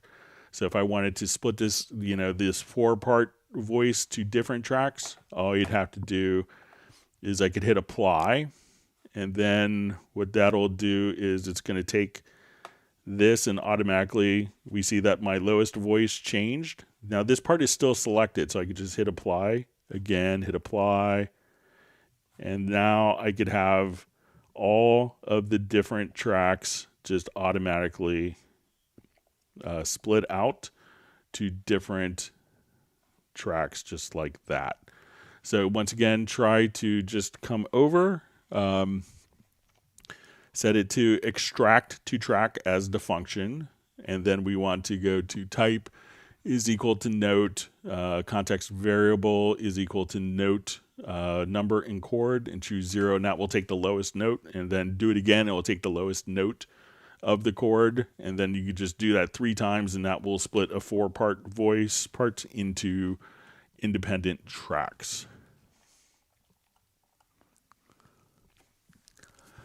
Okay, and this is, I think, a follow-up to our previous questions, our previous live stream. Why does duplicate track get louder by 1 to 2 dB in right channel compared to left when they are hard panned left and right? In a duplicated tracks, I'm not playing sounds at the same time. There's silence between notes. They are the same note. I'm using frequency EQ and stereo imager 2 and ozone imager 2 settings for them are identical. They're both in the inserts, not sends. The pre-gain level is identical. High cut and low cut and pre-gain is off. I hope you understand my query. One thing I've noticed, audio is fine, exact same loudness. But my many VST synths all do the same thing, which is -1 to 2 dB difference in right to left. All right, so let's take a look at it. I kind of created this scenario here. So let's say if I have these as alternating, and I will pan these. Let's just check with panning. So let's say we'll look at our master meter. So we'll have these kind of alternate.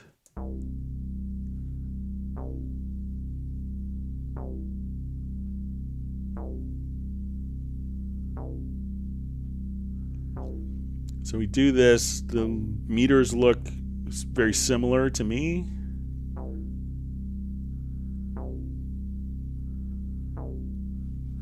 And let's say if I have these playing at the same time, so I'll come here and I have this set up, and let me just pan this.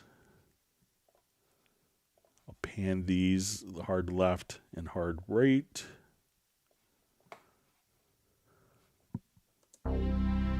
And let me just mute these, sorry.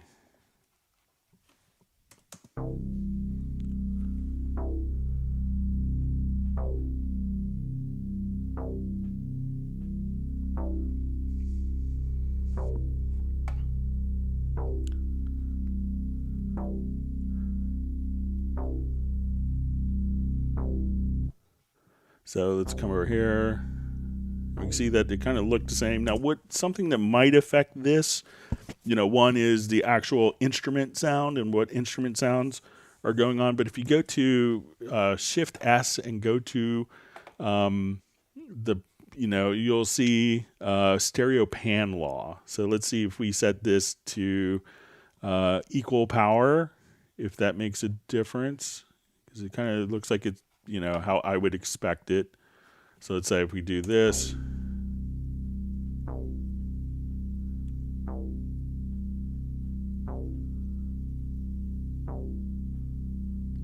So I don't see any real difference between the left and the right.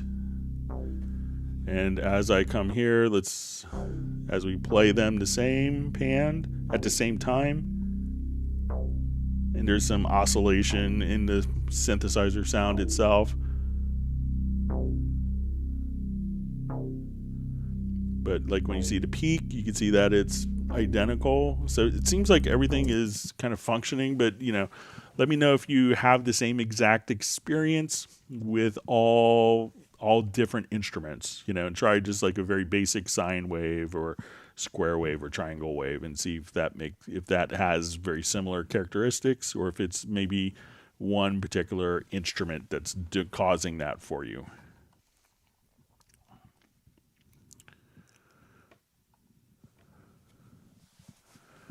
All right, so we see a question. Says, I have a Dolby Atmos 7.14 song, and I've mixed where the whole song rotates clockwise during the entire song. I'm able to automate the master fader in this, but no matter how I try, I can't figure out how to do it so it transmits to the ADM file. Is there any way to do this? So let's take a quick look. So I think that this could, and I'm not an Atmos expert, but I think that what this may be is, so let's say if I come to, all right, so I'll have kind of an Atmos-y project here.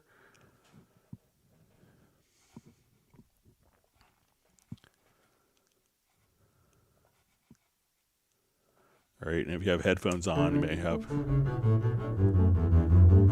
like I could take kind of my individual bass here.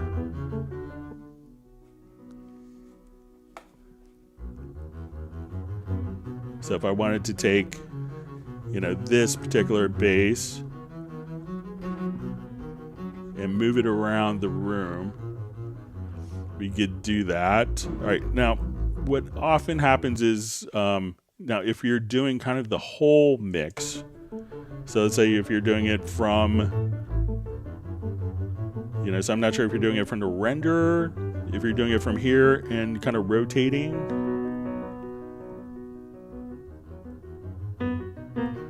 So while you can automate that, I think if it's this is a bed, and I'm inclined to say that if you had automated that, which can be automated, that the beds themselves don't go between the different panning. I think you have to have it set to objects. So for if you're just rotating an entire mix, make sure that it is set to objects. And when you go to your ADM authoring setup, you could now come over here and select your different tracks. So say, okay, we'll come here and I have those tracks selected, and come to functions, and then you could say apply or create objects from the selected tracks. So and that way those objects will be able to kind of rotate between the speakers and captured in the ADM file. Whereas I think if it's a bed, and I could be mistaken on this, that it's going to be fixed for panning. All right. So I had a question. Please, how to export some chord track presets I've composed. I did copy the chord pads folder from the library application support Steinberg on my root computer to the destination one being open in Cubase in this, but cannot retrieve my chord pads saved presets. Any idea how to fix this? Thanks to you and the wonderful team. All right. So with the chord track or the chord pad presets, so when we come over and let's say we go to the chord pads, let's say I'm going to make a preset. All right, so let's say I want to save my chord track presets, and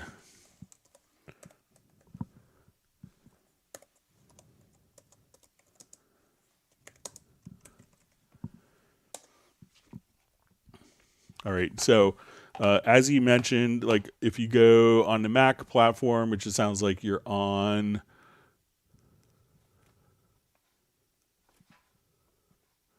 we'll come here. Let's go to your library. So hold down your Alt or Option key. And if you don't watch the web browser instead of Explorer. It's my learned mistake. All right, so say if I go to the library, and then it's under application support. And here we could say there is the November 18th. So it's under the chord pads preset. So this is kind of not necessarily in the Cubase 12 or Cubase 11. This is kind of where both programs will access it. So if you don't see a preset that you have saved, come over to Media Bay. And let's come over to, let's say, user content, and we want to go to chord pads and try to rescan the discs. And, and probably the next time you come, so try just to rescan the disc, and then you should be able to see it in all of your different versions. So you might have to, again, just kind of come over here.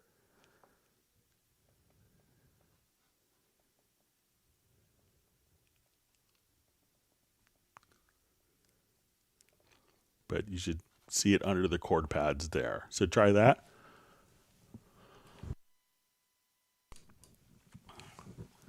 All right, let's get to the next question. Thanks again for all the wonderful questions.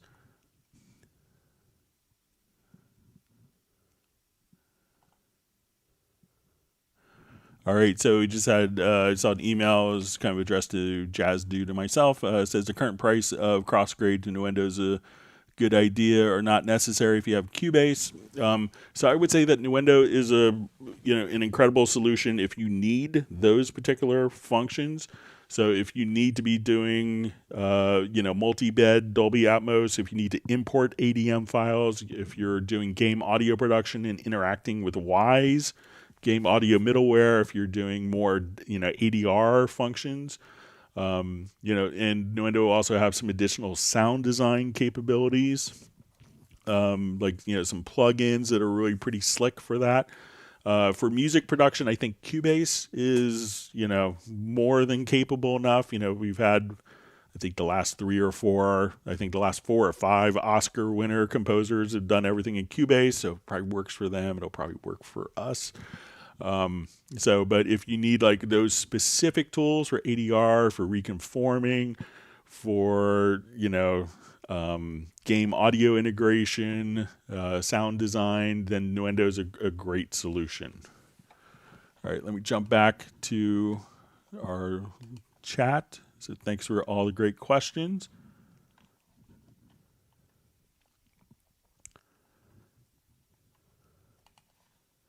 About 15, maybe 12 minutes more. All right.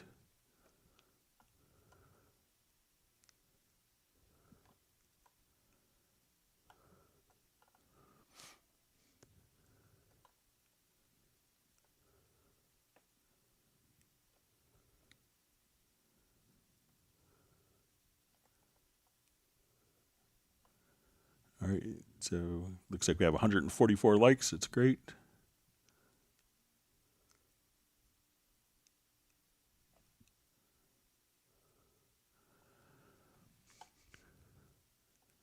All right, so we see have a song in the wave track. I rearrange the sequence with the arranger track. I flatten chain, but it produces spaces between the events. Silence, can it be related to tempo track or something else? So it might be tempo track related, but I think if there's tempo track changes that are automatically kind of carried over.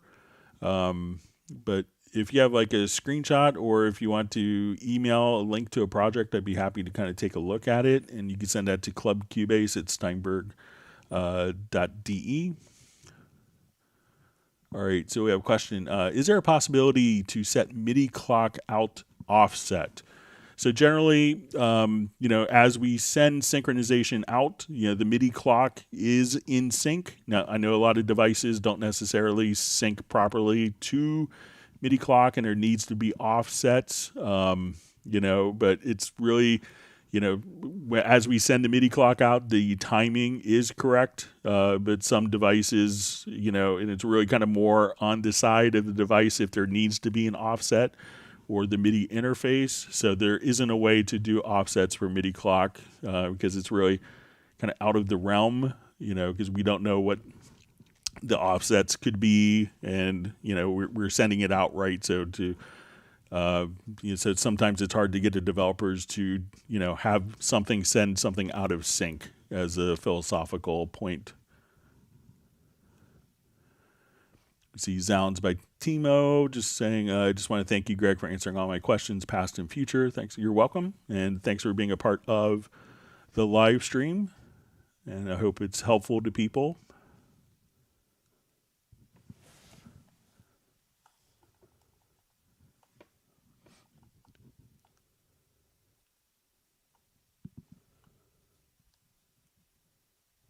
All right, we see David M has made it. Thanks for, and he has time to hit the like button. So we're glad you can make it. Hope you're doing well. All right, so we see from Daniel Godfrey, please, how can I find denoiser in Cubase 12 Pro? So Cubase 12 Pro doesn't come with a denoising plugin at all. So, but there is, if you have Spectral Layers Pro, you could filter out stuff with the included Spectral Layers 1, but there isn't a denoiser plugin that comes standard with Cubase.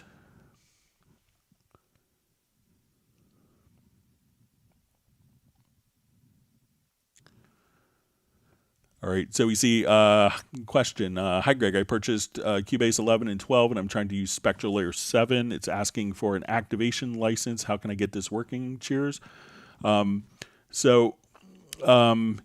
you have Spectral Layers 1, that comes with Cubase 11 and Cubase 12, but there's also a Spectral Layers Elements and a Spectral Layers Pro, which is sold separately. So if you should be able to run the Spectral Layers 1 version with your Cubase licenses, but the other versions, if you've installed, you'll need to purchase a license, and Spectral Layers is on sale for 50% off.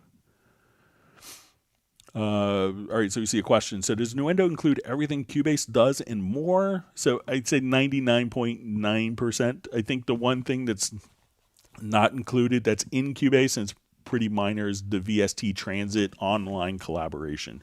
Cubase has kind of a more sophisticated network collaboration, but it doesn't have VST transit. But in essence, you could think of it that way, that Nuendo has everything Cubase has plus more.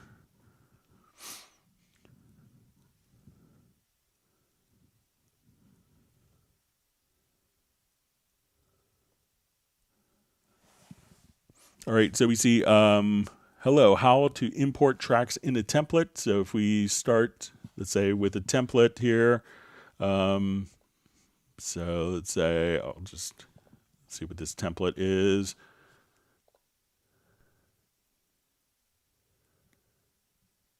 See what, all right, so let's say I have this as a template, and then if you wanted to, you know, drag and drop tracks into audio files or come over here and import audio files into a template, you could do that just that easily.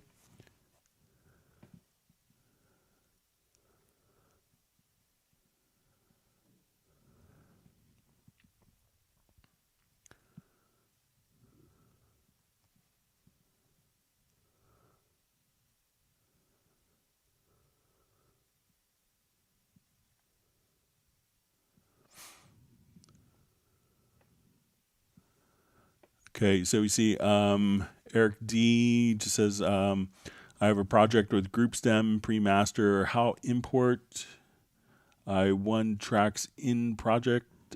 Sorry for my bad English.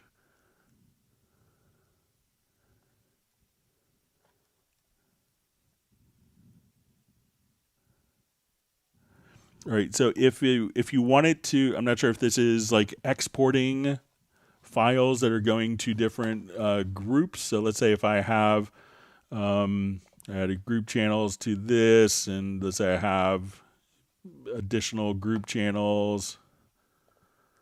All right, so if we have all these, like our, you know, premix and, you know, different pre-master, and if you wanted to, I'm not sure if it's exporting, and I'm sorry, I'm sure your English is much better than my ability to understand your language. But if you go to exporting to audio mixdown and choose multiple, you could see all of your groups here. So we can say audio channels, instruments, but we could have all of your groups exported individually. But if I'm misunderstanding, let me know. Sorry about that.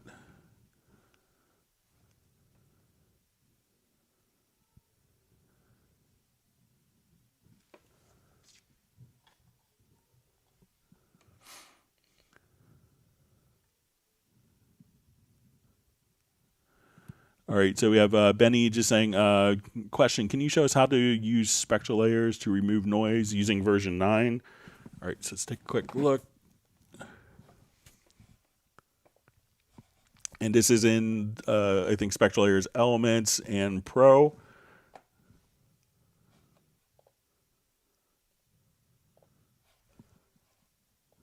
Let's do new project, and let me just... about that.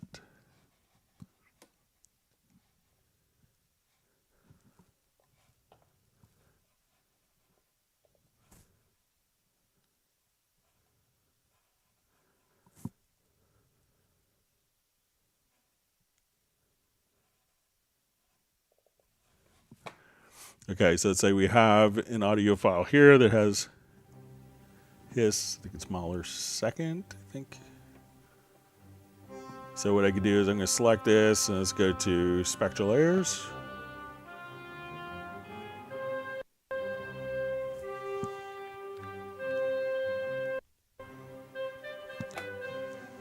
All right, I'll just...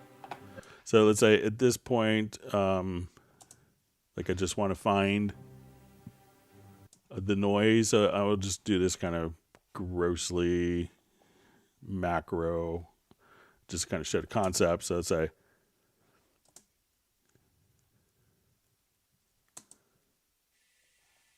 so as I do this, I could just,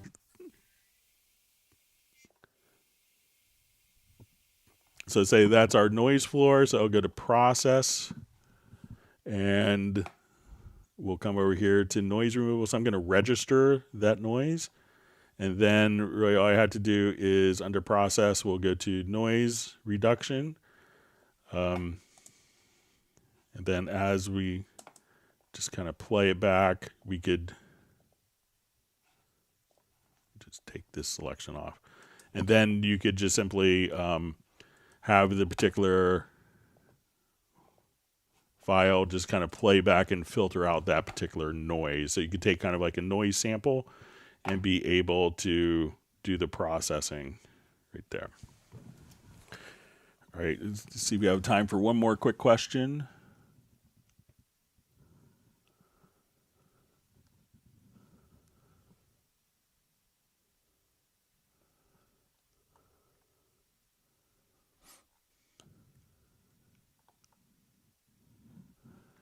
Okay. All right, so we see Spike Williams has to dash. Okay, so we see how to delete plugins in a mixer without going to no effect. Fast way, I'm using the trackball. So, all right, so let's see if we have like inserts here.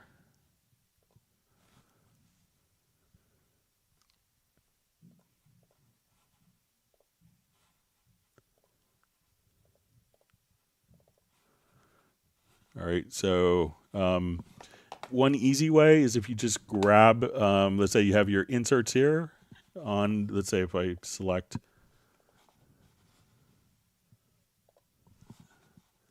this particular track, and let's say I have inserts. So something you can try. Just say, okay, if you want to do it quickly, just drag the insert to an empty spot, and then you could get rid of effects there. All right, so we're just about out of time. So I want to thank everyone for wonderful questions. And once again, we won't be doing a live stream next Friday because it's a holiday in the United States, but we will be doing Tuesday, and then the following Tuesday will be our Zoom meetup. So I want everyone to stay safe and healthy. And thanks for all the wonderful questions. And if you've learned something, make sure you do hit the like button. And we'll see everyone on Tuesday. Have a wonderful weekend. Thank you.